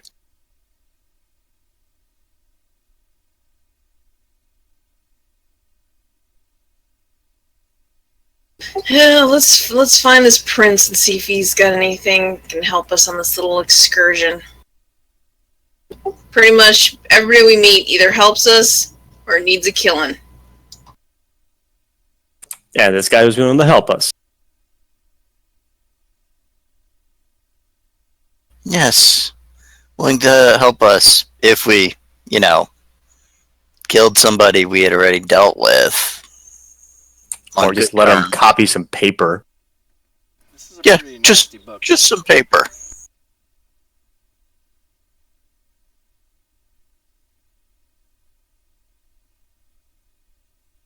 We've pretty much got one heretical tome on us. I don't think I want to let a devil peruse that. We're trying to stop the end of the world here, not spread it around so someone else can do it at their leisure. Oh, if that book was capable of destroying the world, it would have been done by now. Since someone's in the middle of doing it because of that book, and it was locked away for all these years, yes, I'd say that it's doing exactly that. Our whole excursion to this lovely, sun-drenched, ruined, hidden city is a testament to that.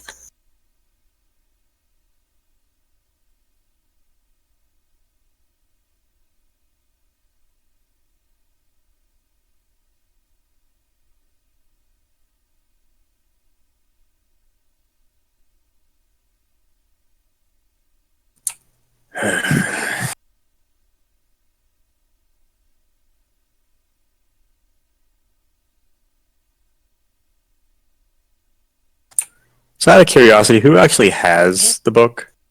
Me. Do you, or is it when we're carrying it? Is it in the bag of holding? It is in Irvin's bag of holding. We specifically said that. Did we? Because in order to I benefit from the did. spell list, she has to be carrying it. Yep.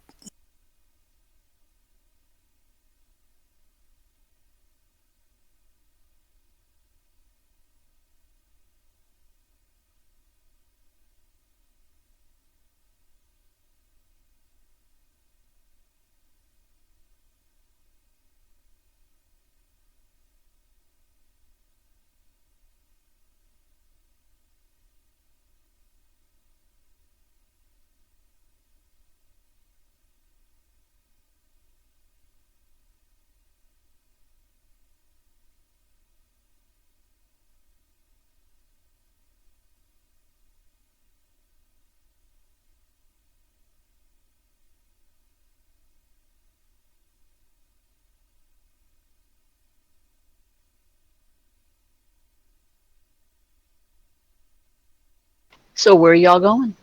What y'all doing? We're going to be nice to people. I think we're gonna try to loop around and see about seeing the prince dude. The Prince in Yellow. Or the Prince in Saffron.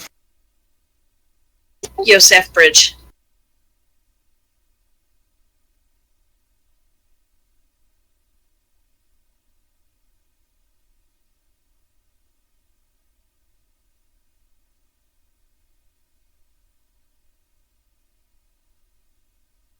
But I'm not walking down the hallways first, so somebody else go first.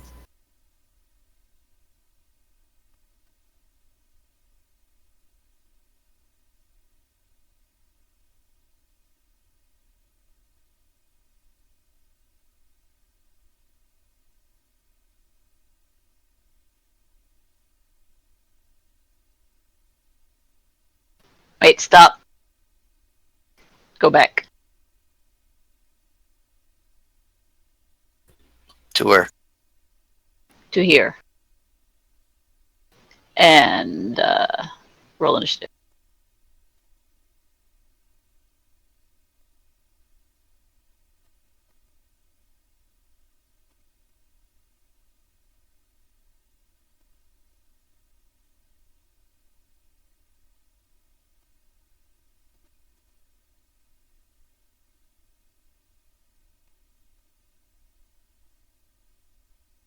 Suddenly, two things pop out in front of you.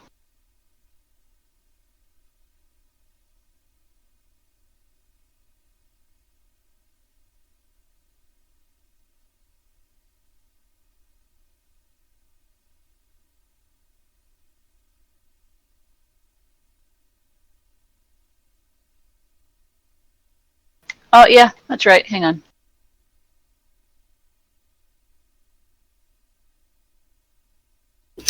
Oh.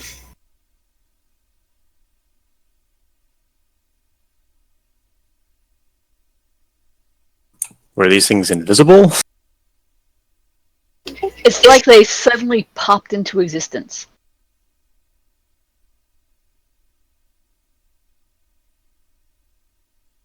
Trustworthy devil, huh? Yeah, pretty much. And then you hear from behind you what sounds like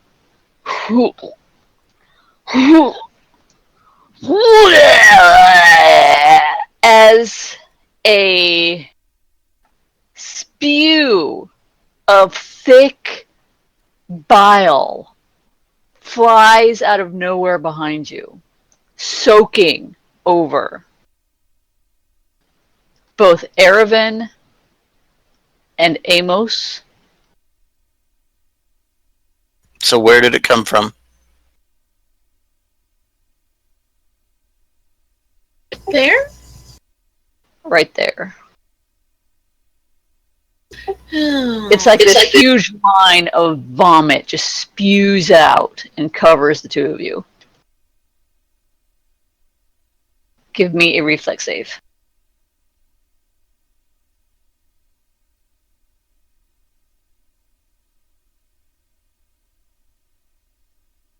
Just Erebin and Amos.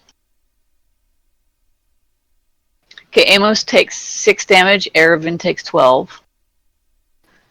And both of you are drenched in liquid corruption so profound that any non-evil divine magic cast on you, the spellcaster has to make a caster level check or the spell will fail.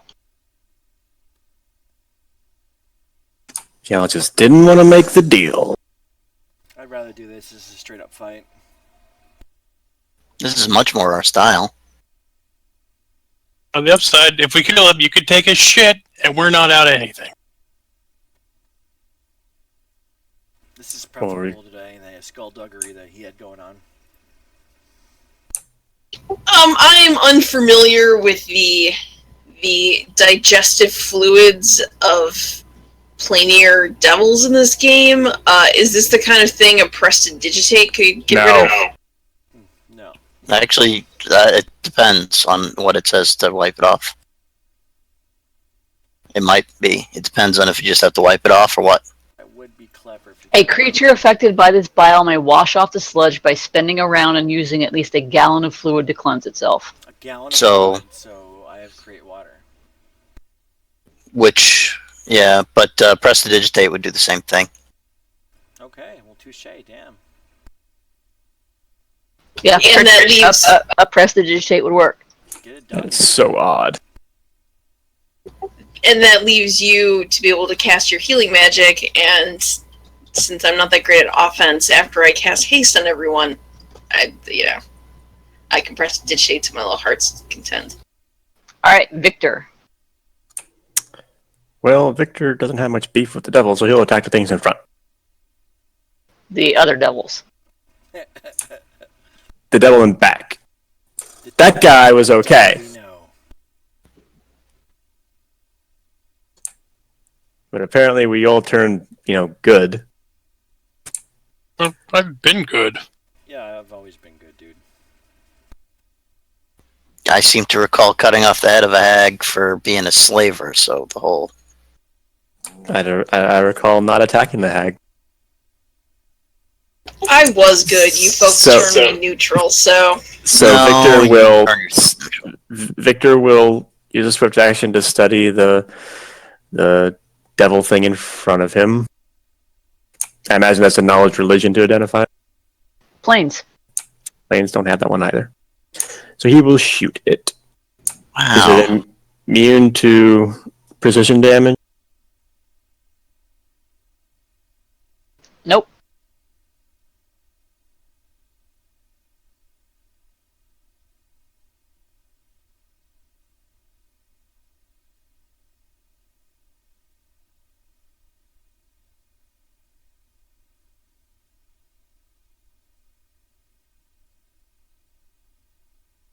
Need to confirm the critical hit.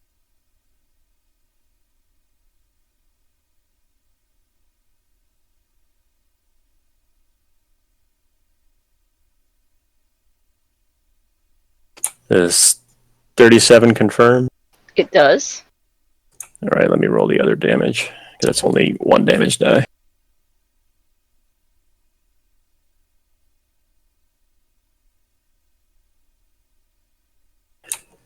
Okay. Alright, you shoot it. It does do a lot of damage, but you get the feeling that it doesn't do as much as it should have. And that's all being done in one large blow. Yeah. And that's Victor's turn. Indra.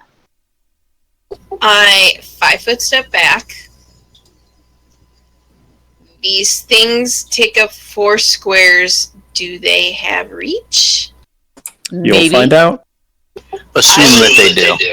Alrighty, I would like to do a knowledge planes, you said? Uh-huh.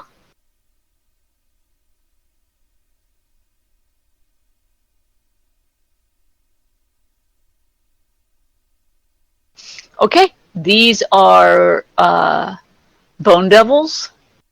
They are evil outsiders. They are devils. They have a poisonous sting. They delight in torture. Are they damaged by channel positive energy? Any immunities or weaknesses? And They are immune to fire. They are immune to poison. And they have damage resistance against everything but good. Any particular vulnerabilities? You did not roll high enough to get that. Get a limited number of questions. I relay this to the group. Then I want to cast defensively since I'm still pretty close to these guys. Correct? Yes. You can cast defensively whenever you want. And then I begin to dance and cast haste.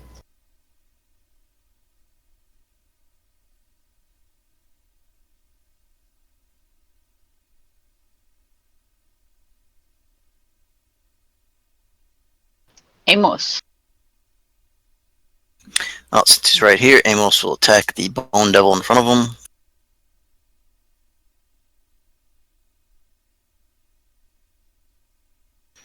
It's a crit, so it ignores his DR.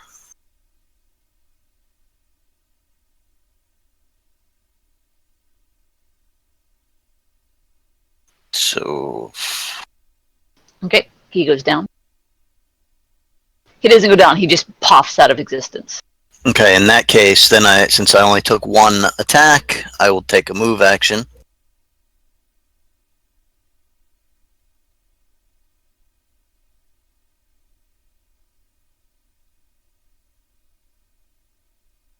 And that's it for me.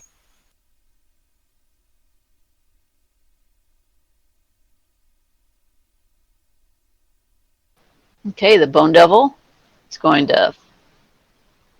he's just going to sit there and attack Victor.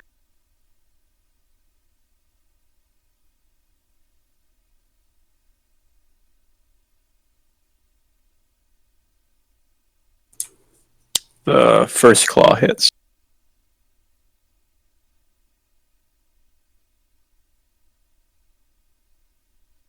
And also Sting. That misses. Okay.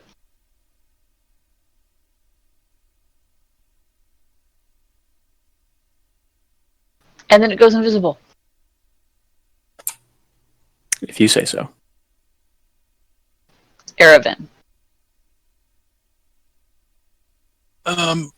Which one's Sola do the knowledge check on, the bone devil or the other? I did bone devils. She did the Bone Devil. I'll do one on the dude, planes. Yep.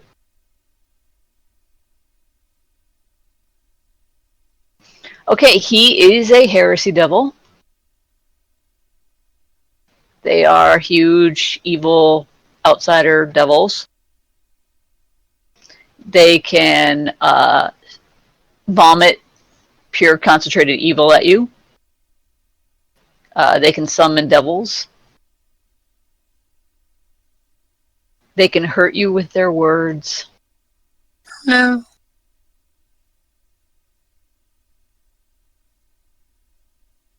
Okay, how many questions do I get?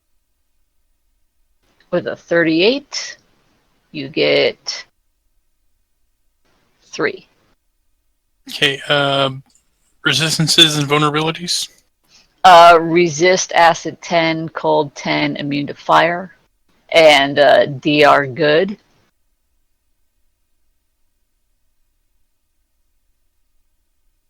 Okay.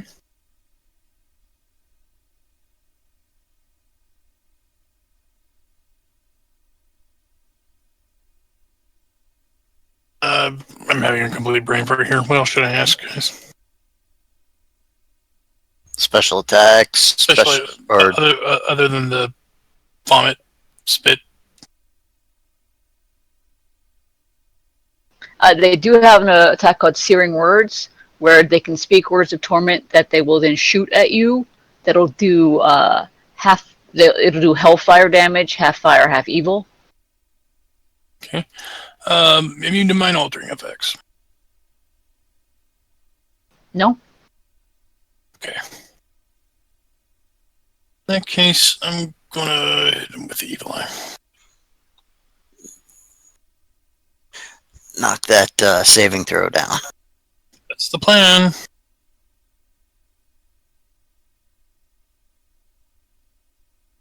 He saves. Okay. With the saving throw, -4. Okay. Crumb. Well, this is one of those wonderful times where I think Holy Smite would be wholly appropriate. I would agree. Do you think? Okay, so it does 1d8 points of damage per 2 levels. Maximum 5d8.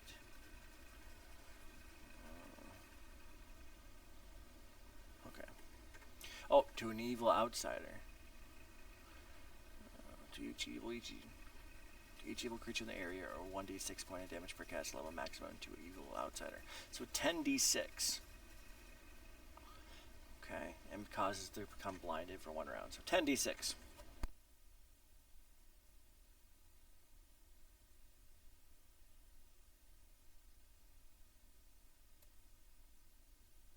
Pathetic. Yeah, what's the save, DC, all that other good stuff, dude. I know. What's the spell again? Holy Smite. And DC 19 will save partial.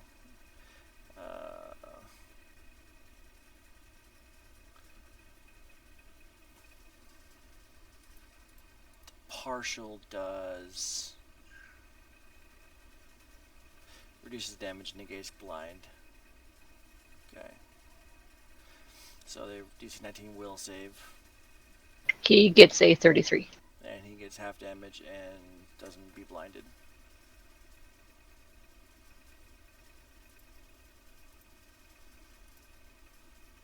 Wow. But it bypasses. He got a DR 33. because it's good, so. Yes, you do bypass the DR. He got a 33 with the -4 to his. -4 failed. However, even when that thing fails, it's still in effect for a round. Still lasts for a round. I just can keep it ongoing with a cackle. You're right. So instead of a 33, you got a 29. Yeah, he still Hey, passed by 10. just saying. Just saying. I hear you. But I just wanted to be able to do damage to this thing bypassing DUR, so. He flutters backwards and then spits a stream of vitriol at Amos, talking about his mother, his breeding, his family life. I thought he was trying to hurt my feelings. And he compares Amos's fighting ability to Endra while she's sleeping. Now that's just rude. I don't know. I hear she does some pretty amazing things when she sleeps. Those are all touch attacks. Hang on.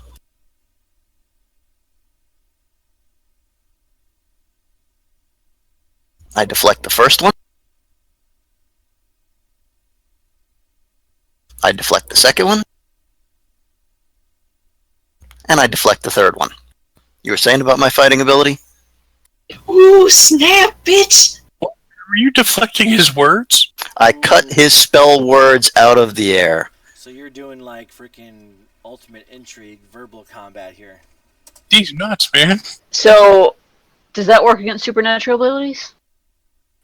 Yeah, it says... hang on.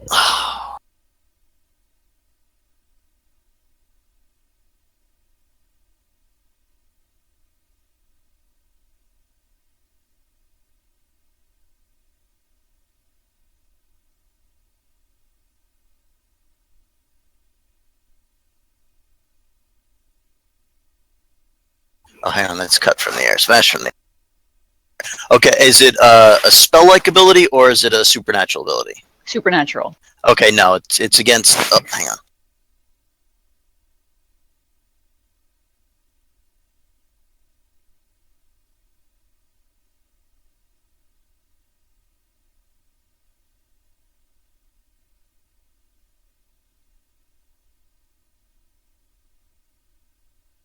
Okay, it doesn't say supernatural in the description, so I'll assume it doesn't. You were saying about your fighting ability? What? That his little scratches are gonna hurt? I'm still gonna cut him to pieces.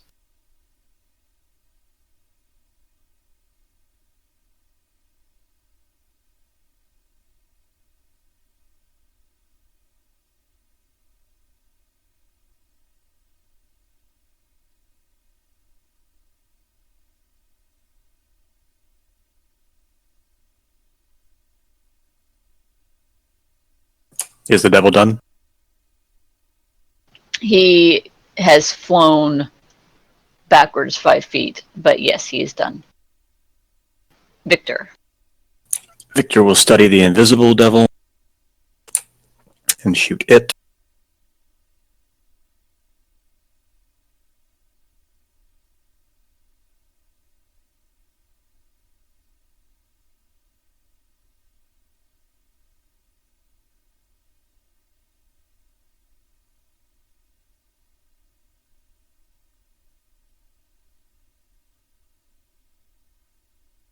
This is to confirm.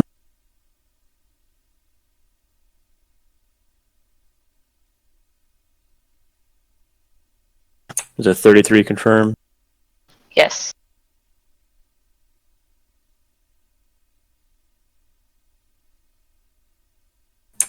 Okay, there's the rest of the damage for that critical hit, and then he gets a haste attack.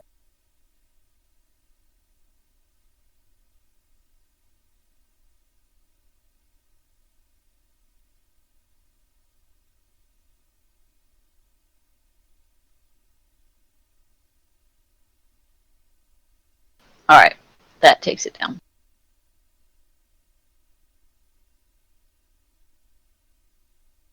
And then he will Indra. take a 5-foot step.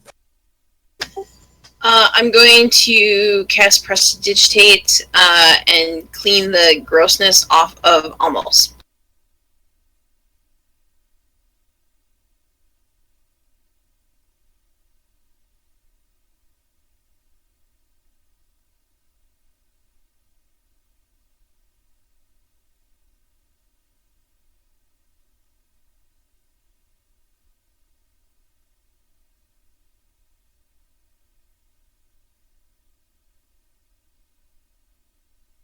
Almost. Well, since he was so conveniently only 5 feet away, I'll 5-foot step and commence with the slashings.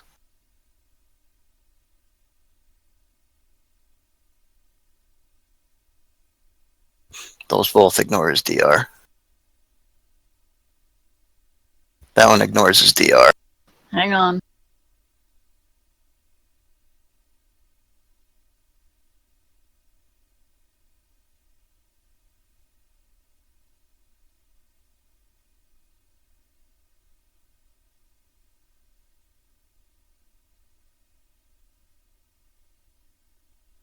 It should have been, what, 75 on the first hit?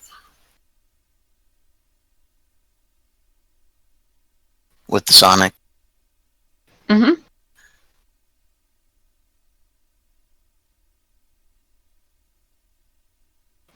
Alrighty. Can we take a 5-minute break so I can put my daughter down? This is a fight I don't want to miss, but I need to put her to sleep. Give me 5 minutes. Okay. Aravan. Okay, hit him with. I'm going to cackle. And then I'm going to hit him with a misfortune. Okay. And that's got the +2 from the horse. Okay, he fails. Alright. Alright, Crumb, it's your turn. I'm going to cast Destruction on him. So it's spelled instantly delivers 10 points per cast level, so 130 points of damage.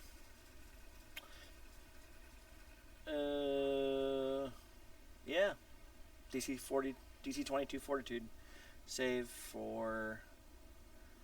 takes 10d6 instead. He saves, but he had 2 health left, so... So, what happens is, he...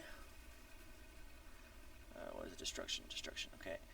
That was glorious overkill ever. It's destroyed if it slays a target that consumes remains utterly in holy fire, but not as equipment or possessions. He pops out of existence. And he's consumed in holy fire. Yes, he pops back into hell screaming and putting himself out. Okay, I'm gonna go take my daughter to bed now. Okay. My prestidigitate gets all the goo off of Erevin. Thank you.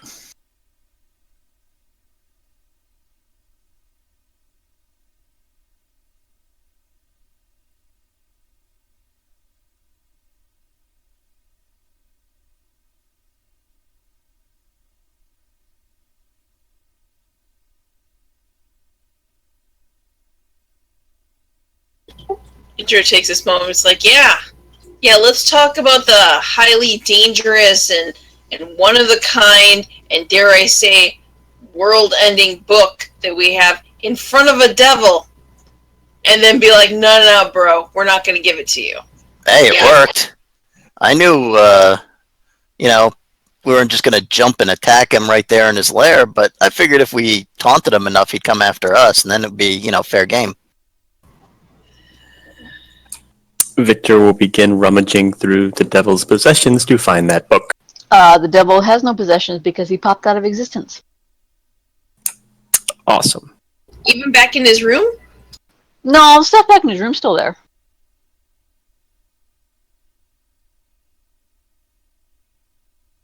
Is there anything useful in here?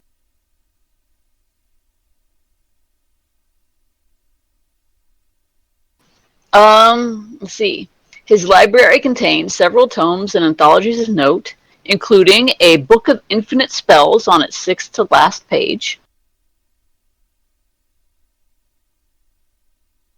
But I don't understand what that means. Those are words strung together to sentence that doesn't make sense to me.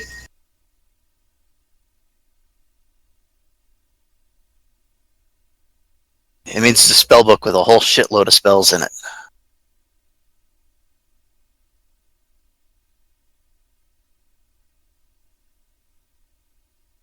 What else has he got in that library?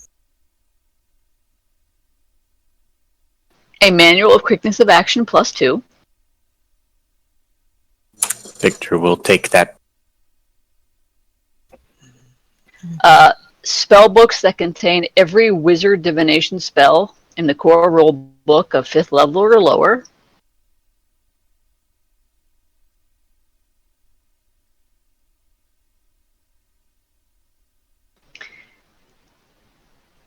And 5 of the original manuscripts for Common Tongue, a series of 9 romance novels set during the Even Tongue Conquest, and depicting the dramatic exploits of one Viscount Alessande as he seduces his way across the crumbling Taldan Empire. The author, Remio Arund, perished in a duel before he could finish the 10th and final volume, and these preserved originals could easily fetch 5,000 gold pieces from a collector. A piece or collect As a set. in total? Okay, that Book of Infinite Spells. Looking it up, it says bestow. I'm sorry, I'm tired. I can't talk. Bestow ability to use spells within its pages. Any bearer of any class. That include witches. Yep. And you say it's on page 6? No, it has 6 pages left. Okay. Alright, I'm back. Welcome back. Damn family. Always gotta be interrupting my game time. The page of the book that's on is currently Lightning Bolt.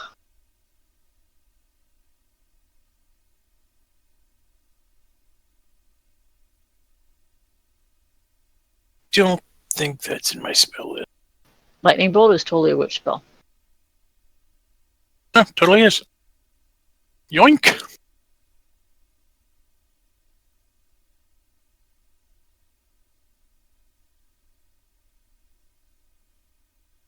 So using this book, you can cast lightning bolt 4 times a day. Ruby.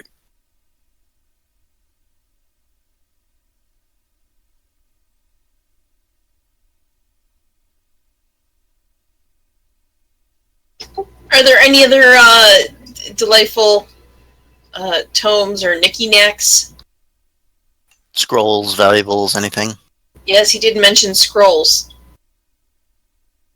No, he doesn't have any scrolls. He has the ability to make scrolls, and he could have made you scrolls.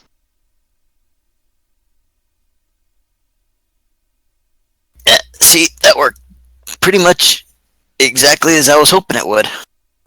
Mm-hmm. It's like, do something stupid so we can go ahead and kill you. Yeah, you taunt him enough. You know he's Yeah. gonna come for it. You're not evil. I'm not. I'm practical. Where did everybody go? We're back in his library because he We're back in his didn't have any loot.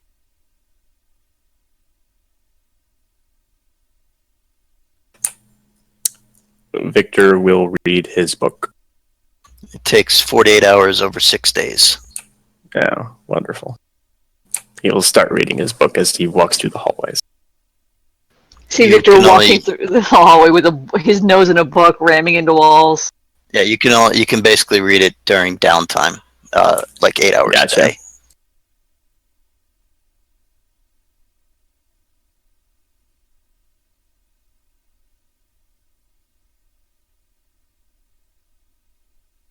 Okay. It is now 12:30. Do you want to keep going, or do you want to stop here? I think I'm this is a kind good of running spot. out of steam myself. Okay. Next week. You know what? Next week, level up. You will be, what is it? Level 14 you're at now. Mm-hmm. Yeah, Oh, you'll be level 14 next week. Cool.